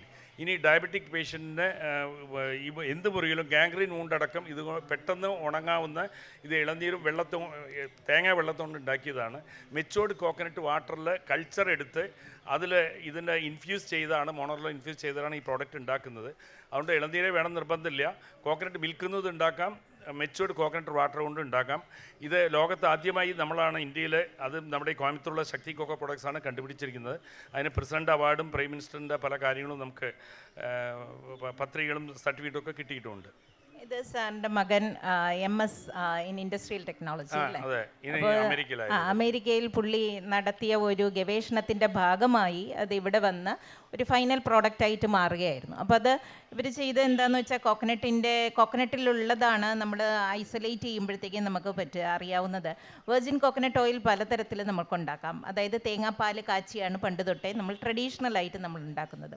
അല്ലാതെ ഫിലിപ്പൈൻസ് പോലുള്ള രാജ്യങ്ങളൊക്കെ അത് തേങ്ങാപ്പാലെടുത്ത് വെള്ളം 1:1 ആയിട്ട് നമുക്ക് എടുത്താൽ മതി. അങ്ങനെയാണ് നമ്മൾ കാർഷിക കോളേജിൽ നടത്തിയ ഗവേഷണത്തിൽ നിന്ന് നമുക്ക് മനസ്സിലായത്. 1% തേങ്ങാപ്പാൽ വെള്ളം കൂടെ ചേർത്ത് അരച്ച് നമ്മൾ പാലെടുത്തതിന് ശേഷം അവയെ നമ്മൾ ഒരു 36 മണിക്കൂർ നമ്മൾ പുറത്ത് അടച്ച് നമ്മൾ വെച്ച് കഴിഞ്ഞാൽ അത് അടുത്ത ദിവസം കഴിയുമ്പോൾ ഫെർമെൻറ്റ് ചെയ്തിട്ട് അതിൻ്റെ ആദ്യത്തെ ലെയർ എന്ന് പറയുന്ന കേർഡാണ്. അതിൻ്റെ തൊട്ട് താഴെയായിട്ട് നമുക്ക് ഓയിൽ കിട്ടും. ആ ഓയിൽ നമുക്ക് പൈരിയ സ്പൂണ് കൊണ്ട് നമുക്ക് കോരിയെടുക്കാം. അതെന്ന് പറഞ്ഞാൽ നമ്മൾ കാച്ചുന്നൊന്നുമില്ല. അപ്പം നേരിട്ട് നമ്മൾക്ക് ഫെർമെൻറ്റ് ചെയ്ത് കിട്ടുന്ന ഈ ഫെർമെൻറ്റേഷനിൽ ഏറ്റവും കൂടുതൽ സഹായിക്കുന്ന ലാക്ടോബാസിലസ് എന്ന് പറയുന്ന ഒരു ബാക്ടീരിയയാണ്. അപ്പോൾ ലാക്ടോബാസിലസ് വെച്ചിട്ട് നമ്മൾക്ക് കൾച്ചർ ഉണ്ടാക്കിയും നമ്മൾക്ക് ഇതിൻ്റെ ഫെർമെൻറ്റേഷനും അതിൻ്റെ കൂടുതൽ വെർജിൻ കോക്കനട്ട് ഓയിലിൻ്റെ റിക്കവറിയും കൂട്ടാവുന്നതാണ്. അപ്പം അതുപോലെ തന്നെ ഈ പ്രോഡക്റ്റ് സാറ് ഉണ്ടാക്കി ഇതിൻ്റെ കൾച്ചർ ലോറിക് ആസിഡ് പ്രൊഡ്യൂസ് ചെയ്യാൻ വേണ്ടി ബാക്ടീരിയയുടെ കൾച്ചർ ഉപയോഗിച്ചാണോ? അങ്ങനെയാണോ? ഇത് ബാക്ടീരിയ കൾച്ചറാണ്. അപ്പോൾ ഇന്ത്യയിൽ ആ കൾച്ചർ എനിക്ക് കിട്ടാത്തതുകൊണ്ട് ഫിലിപ്പീൻസിലേക്കും ഇന്തോനേഷ്യയിലേക്കും ഒരു 4 കൊല്ലത്തിൽ 2-3 പ്രാവശ്യം പോയി അവിടെയുള്ള ആ കൾച്ചർ കൊണ്ടുവന്നിട്ടാണ് നമ്മൾ ലേബൽ അത് വീണ്ടും ഡെവലപ്പ് ചെയ്ത് പല ബാച്ചുകളാക്കി ഉണ്ടാക്കിക്കൊണ്ടിരിക്കുന്നത്. അത് കുറച്ചുകൂടി ഒരു അഡ്വാൻസ്ഡ് ടെക്നോളജിയാണ്. കാരണം നമ്മൾ ഇപ്പോൾ വെർജിൻ കോക്കനട്ട് ഓയിലിൽ നിൽക്കുമ്പോഴാണ് അവരത് ഹീൽഡ് പ്രോഡക്ട്സിലോട്ട് കുറച്ചുകൂടി അഡ്വാൻസ് ചെയ്തു പോയി. അപ്പോൾ എനിക്ക് തോന്നുന്നു ശക്തി പ്രോഡക്ട്സിൻ്റെ ഒരു വിജയം എന്ന് പറയുന്നത് ഏകദേശം അവർ ഓരോ 5-10 വർഷത്തിനുള്ളിൽ പുതിയ പ്രോഡക്റ്റുകൾ കൊണ്ടുവരുന്നു എന്നുള്ളതാണ് അല്ലേ? അത് മാത്രമല്ല ഇത് ഉണ്ടാക്കുമ്പോൾ നമുക്ക് കിട്ടുന്ന ബൈ പ്രോഡക്റ്റാണ് ഈ പൾപ്പി ഡ്രിങ്ക്. അതായത് fruit flavoured drink, lemon, orange, lychee എല്ലാ ഫ്ലേവറിലും ഫ്രൂട്ട്സ് ഫ്ലേവേർഡ് പൾപ്പി ഡ്രിങ്ക് ഉണ്ട്. അതിൻ്റെ അകത്ത് നമുക്ക് 25% പൾപ്പുണ്ട്. അപ്പോൾ അവർ കുടിക്കുമ്പോൾ നമുക്ക് സ്നാക്സ് ആയിട്ടും ഉപയോഗിക്കാം. ഫ്രൂട്ട് പൾപ്പ് ഉള്ളത് കൊണ്ട് ഇത് വളരെ പോപ്പുലർ ഡ്രിങ്കാണ്. തായ്ലാൻഡിൽ നിന്നാണ് ഇപ്പോൾ ഇന്ത്യയിലേക്ക് അധികം വന്നുകൊണ്ടിരിക്കുന്നത്. മുഗു എന്നുള്ള ബ്രാൻഡൊക്കെ ഇവിടെ വിൽക്കുന്നുണ്ട്. ഇപ്പോൾ ഇതേപോലത്തെ കൊക്കോനട്ട എന്നുള്ള നമ്മുടെ ബ്രാൻഡും ശക്തി കൊക്കോ പ്രൊഡക്ട്സ് ഇപ്പോൾ ലോഞ്ച് ചെയ്തിരിക്കുകയാണ്. ഇത് 320 ml 250 ml ഫ്രൂട്ട് ഫ്ലേവേർഡ് ഈ പൾപ്പി ഡ്രിങ്ക് ഇവിടെ ലഭ്യമാണ്. ഇതിൻ്റെ അകത്ത് കിട്ടുന്ന പൾപ്പ് ഈ കോക്കനട്ടിൻ്റെ ഉള്ള പൾപ്പാണ്. അതുകൊണ്ട് ഇത് ഫൈബർ ഉള്ളത് ശരീരത്തിന് വളരെ നല്ലതുമാണ്. അതിൻ്റെ പ്രോഡക്റ്റും ഉണ്ട്. അതുകൂടാതെ കോക്കനട്ട് ഷുഗറിൻ്റെ കാര്യം മാഡം ഒന്നും പറഞ്ഞിട്ടില്ല. കോക്കനട്ട് ഷുഗർ ബ്ലോസം അതും കൂടെ ഒന്ന് പറഞ്ഞാൽ. നമുക്ക് തേങ്ങയുടെ വെള്ളം സമയമായോ എന്നറിയില്ല. അപ്പോൾ കോക്കനട്ടിൻ്റെ വെള്ളത്തിൽ നിന്നുള്ള ഉൽപ്പന്നങ്ങൾ സാർ പറഞ്ഞില്ല. അപ്പോൾ tender coconut water tender coconut water ദിവസം 1,20,000 ബോട്ടിലാണ് നമ്മുടെ ഫാക്ടറിയിൽ ഉണ്ടാക്കുന്നത്. അധികം നോർത്ത് ഇന്ത്യൻ മാർക്കറ്റിലാണ് വിൽക്കുന്നത്. ഡൽഹി, പഞ്ചാബ്, ഹരിയാന, കാശ്മീർ എവിടെ തെങ്ങുകളില്ലയോ അവിടെയാണ് വളരെ എളുപ്പമായിട്ട് മാർക്കറ്റ് ചെയ്യാൻ ചെയ്യുന്നത്. ഇപ്പോൾ സൗത്തിൽ വന്നു തുടങ്ങിയിട്ടുണ്ട്. അപ്പോൾ ഇത്രയും ദിവസം ഈ പ്ലാസ്റ്റിക്കും PP എന്ന് പറഞ്ഞ പോളിപ്രോപ്പിലൈൻ ബോട്ടിൽ ഒഴിച്ചതിന് ശേഷം അത് സ്റ്റെറിലൈസ് ചെയ്യാണ്. അങ്ങനെ 1 കൊല്ലം ഷെൽഫ് ലൈഫ് കിട്ടുന്നു. അതുകൊണ്ട് അതും ഒരു സോഫ്റ്റ് ഡ്രിങ്ക് ആയി കഴിഞ്ഞു. ഇളനീരും ഇപ്പോൾ ഇളനീര് ഇപ്പോൾ എല്ലാ സ്ഥലത്തും മാർക്കറ്റിൽ കിട്ടുന്നുണ്ട്. ആ പ്രോഡക്റ്റ് ധാരാളം മാർക്കറ്റ് ചെയ്തു തുടങ്ങിയിട്ടുണ്ട്.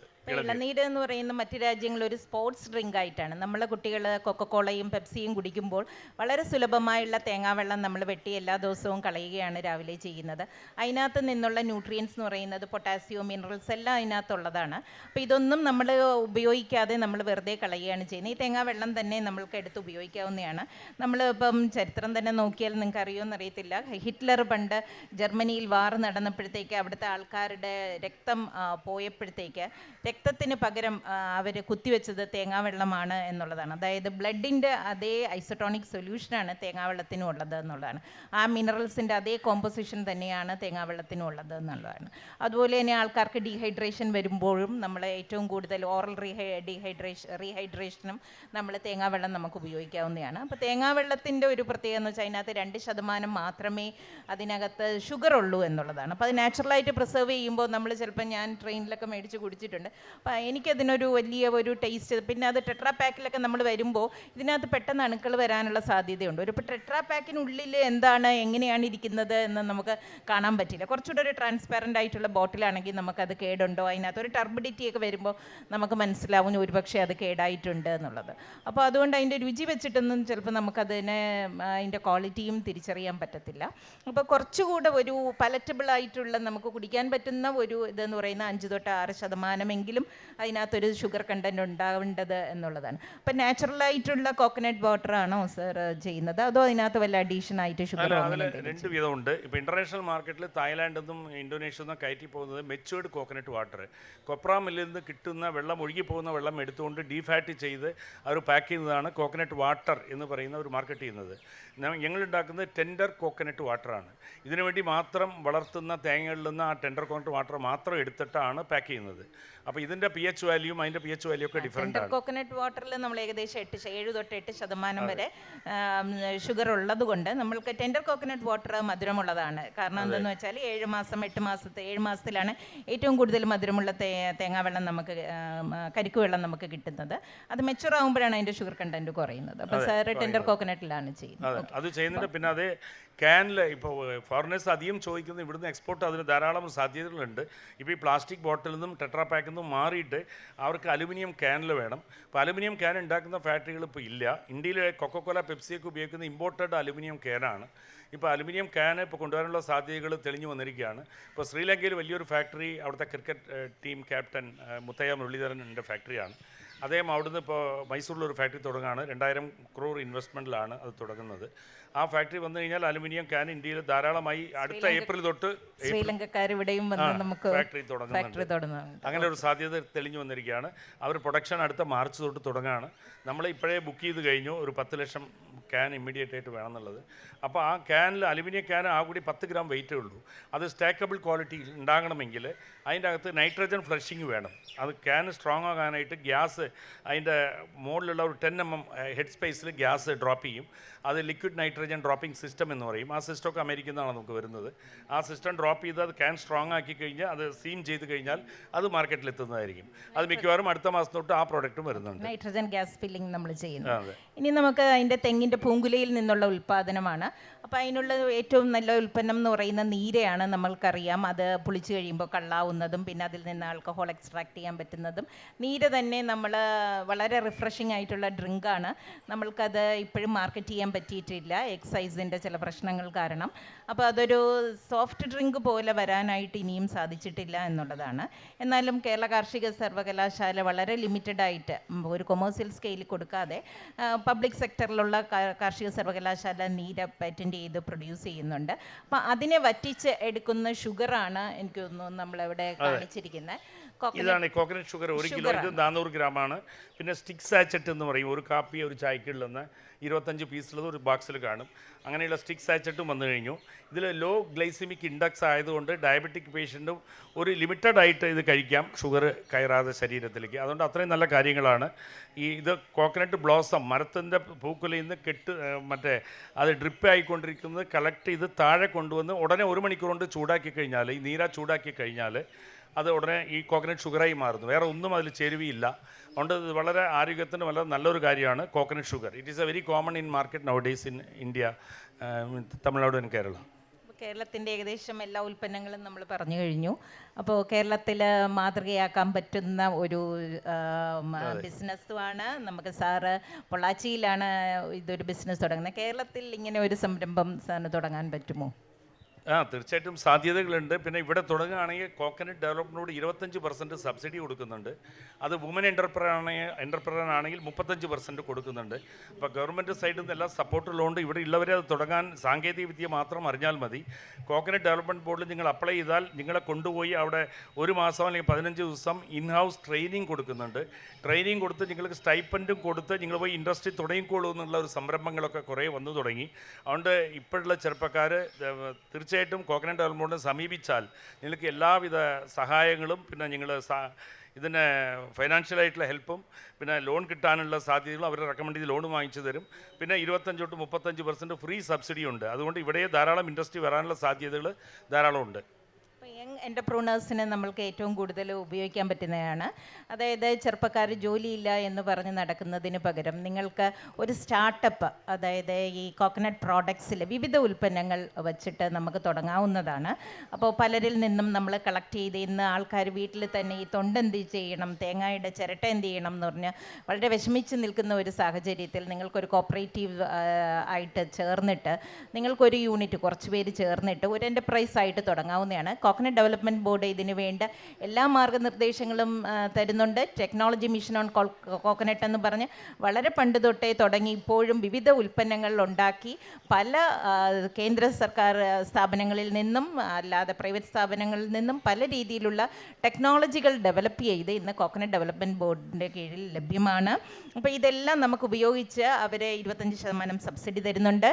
അവിടെ തന്നെ ഒരു ക്വാളിറ്റി കൺട്രോൾ ലാബുണ്ട്. അവിടെ തന്നെ ട്രെയിനിങ് സെൻ്ററുണ്ട്. അപ്പം വഴക്കുളത്ത് ഇതിനു വേണ്ടി CDBയുടെ കീഴിലുള്ള ഒരു ട്രെയിനിങ് സെൻ്ററുണ്ട്. അപ്പോൾ ഈ ട്രെയിനിങ് സെൻ്ററിൽ പോയി നിങ്ങൾ ഒരു കുറച്ച് ദിവസം ഒരു 2 ആഴ്ച എങ്ങാനും ഇതിനുള്ള ട്രെയിനിങ് എടുത്താൽ വിവിധ ഉൽപ്പന്നങ്ങൾ നമുക്ക് ഉണ്ടാക്കാം. ഇപ്പോൾ കഴിഞ്ഞ ഒരാഴ്ച മുമ്പ് ഞാൻ തൃശ്ശൂർ വരെ പോയിട്ട് വന്നപ്പോൾ നമുക്കറിയാം റെയിൽവേ സ്റ്റേഷനിൽ ഓരോ ഉൽപ്പന്നങ്ങൾ ഓരോ മാസവും പ്രദർശിപ്പിക്കുന്നു അതത് സ്ഥലത്തിൻ്റെ. അപ്പോൾ ഇപ്രാവശ്യം ഉണ്ടായിരുന്നത് തേങ്ങയും വെളിച്ചെണ്ണയും കോക്കനട്ട് ചട്നി പൗഡർ വരെ ഉണ്ടായിരുന്നു. അതായത് ഗ്രീൻ ഓറ ഇൻ്റർനാഷണൽ എന്ന് പറഞ്ഞ് നമ്മുടെ തൃശ്ശൂരിൽ തുടങ്ങിയ ഒരു സംരംഭമാണ്. ഒരു ലേഡി തുടങ്ങിയതാണ്. അപ്പോൾ അവർ അവിടെ കോക്കനട്ട് ഡെവലപ്മെൻറ്റ് ബോർഡിൻ്റെ ഒരു ട്രെയിനിങ് കഴിഞ്ഞതിന് ശേഷം വിവിധ ഉൽപ്പന്നങ്ങൾ ഞാൻ തന്നെ വളരെ അതിശയിച്ചു പോയി. കാരണം നല്ല നല്ല ഉൽപ്പന്നങ്ങൾ അവരുടെ കയ്യിലുണ്ട്. വളരെ അത് എപ്പോഴും നമ്മൾ ശ്രദ്ധിക്കേണ്ട പാക്കറ്റുകൾ നമ്മൾക്ക് ചെറിയ ഒരാൾക്ക് വേണ്ടി ഒരു റീറ്റെയിൽ മാർക്കറ്റിൽ ഒരാൾക്ക് വളരെ കുറച്ച് ഒരു 100 ml വെർജിൻ കോക്കനട്ട് ഓയിൽ വേണമെങ്കിലും മേടിക്കാനുള്ള ഒരു പാക്കറ്റുകൾ. അതപ്പോൾ ഓരോ തരത്തിലും നമ്മൾ റിസർച്ച് ചെയ്യേണ്ടതാണ്. പല തരത്തിലും മാർക്കറ്റിനെ അട്രാക്റ്റ് ചെയ്യാൻ പറ്റുന്ന ഈ വിവിധ തരത്തിലുള്ള പ്രോഡക്ട്സും അവിടെ ഉണ്ടായിരുന്നു. അപ്പം നമുക്ക് ഇതിനറിയാം വീട്ടിൽ വളരെ എളുപ്പം തേങ്ങാ ചമ്മന്തി ഉണ്ടാക്കാൻ നമുക്ക് പാടാണെങ്കിൽ ഈ ഒരു തേങ്ങയുടെ പാക്കറ്റ് പൊട്ടിച്ചിട്ട് രാവിലെ ഒന്ന് ചൂടാക്കി എടുക്കാൻ പറ്റുന്ന പാകത്തിനുള്ള കോക്കനട്ട് ചട്നി പൗഡർ വരെ ഉണ്ടായിരുന്നു എന്നുള്ളതാണ്. അപ്പം ഇത്തരം വിവിധ നമ്മുടെ കോക്കനട്ട് ഡെവലപ്മെൻറ്റ് ബോർഡ് കൊടുക്കുന്ന സബ്സിഡിയും അവർ കൊടുക്കുന്ന ട്രെയിനിങ്ങും എല്ലാം എടുത്ത് നമ്മളുടെ യങ് എൻ്റർപ്രൂണേഴ്സ് ഇതിൻ്റെ മുന്നിലോട്ട് വരികയും നല്ല സക്സസ്ഫുള്ളായിട്ടുള്ള സ്റ്റാർട്ടപ്പ് എൻ്റർപ്രൈസസ് നമ്മൾ തുടങ്ങുകയും ചെയ്യണമെന്ന് ഞാൻ അപേക്ഷിക്കുന്നു. Okay, thank you sir.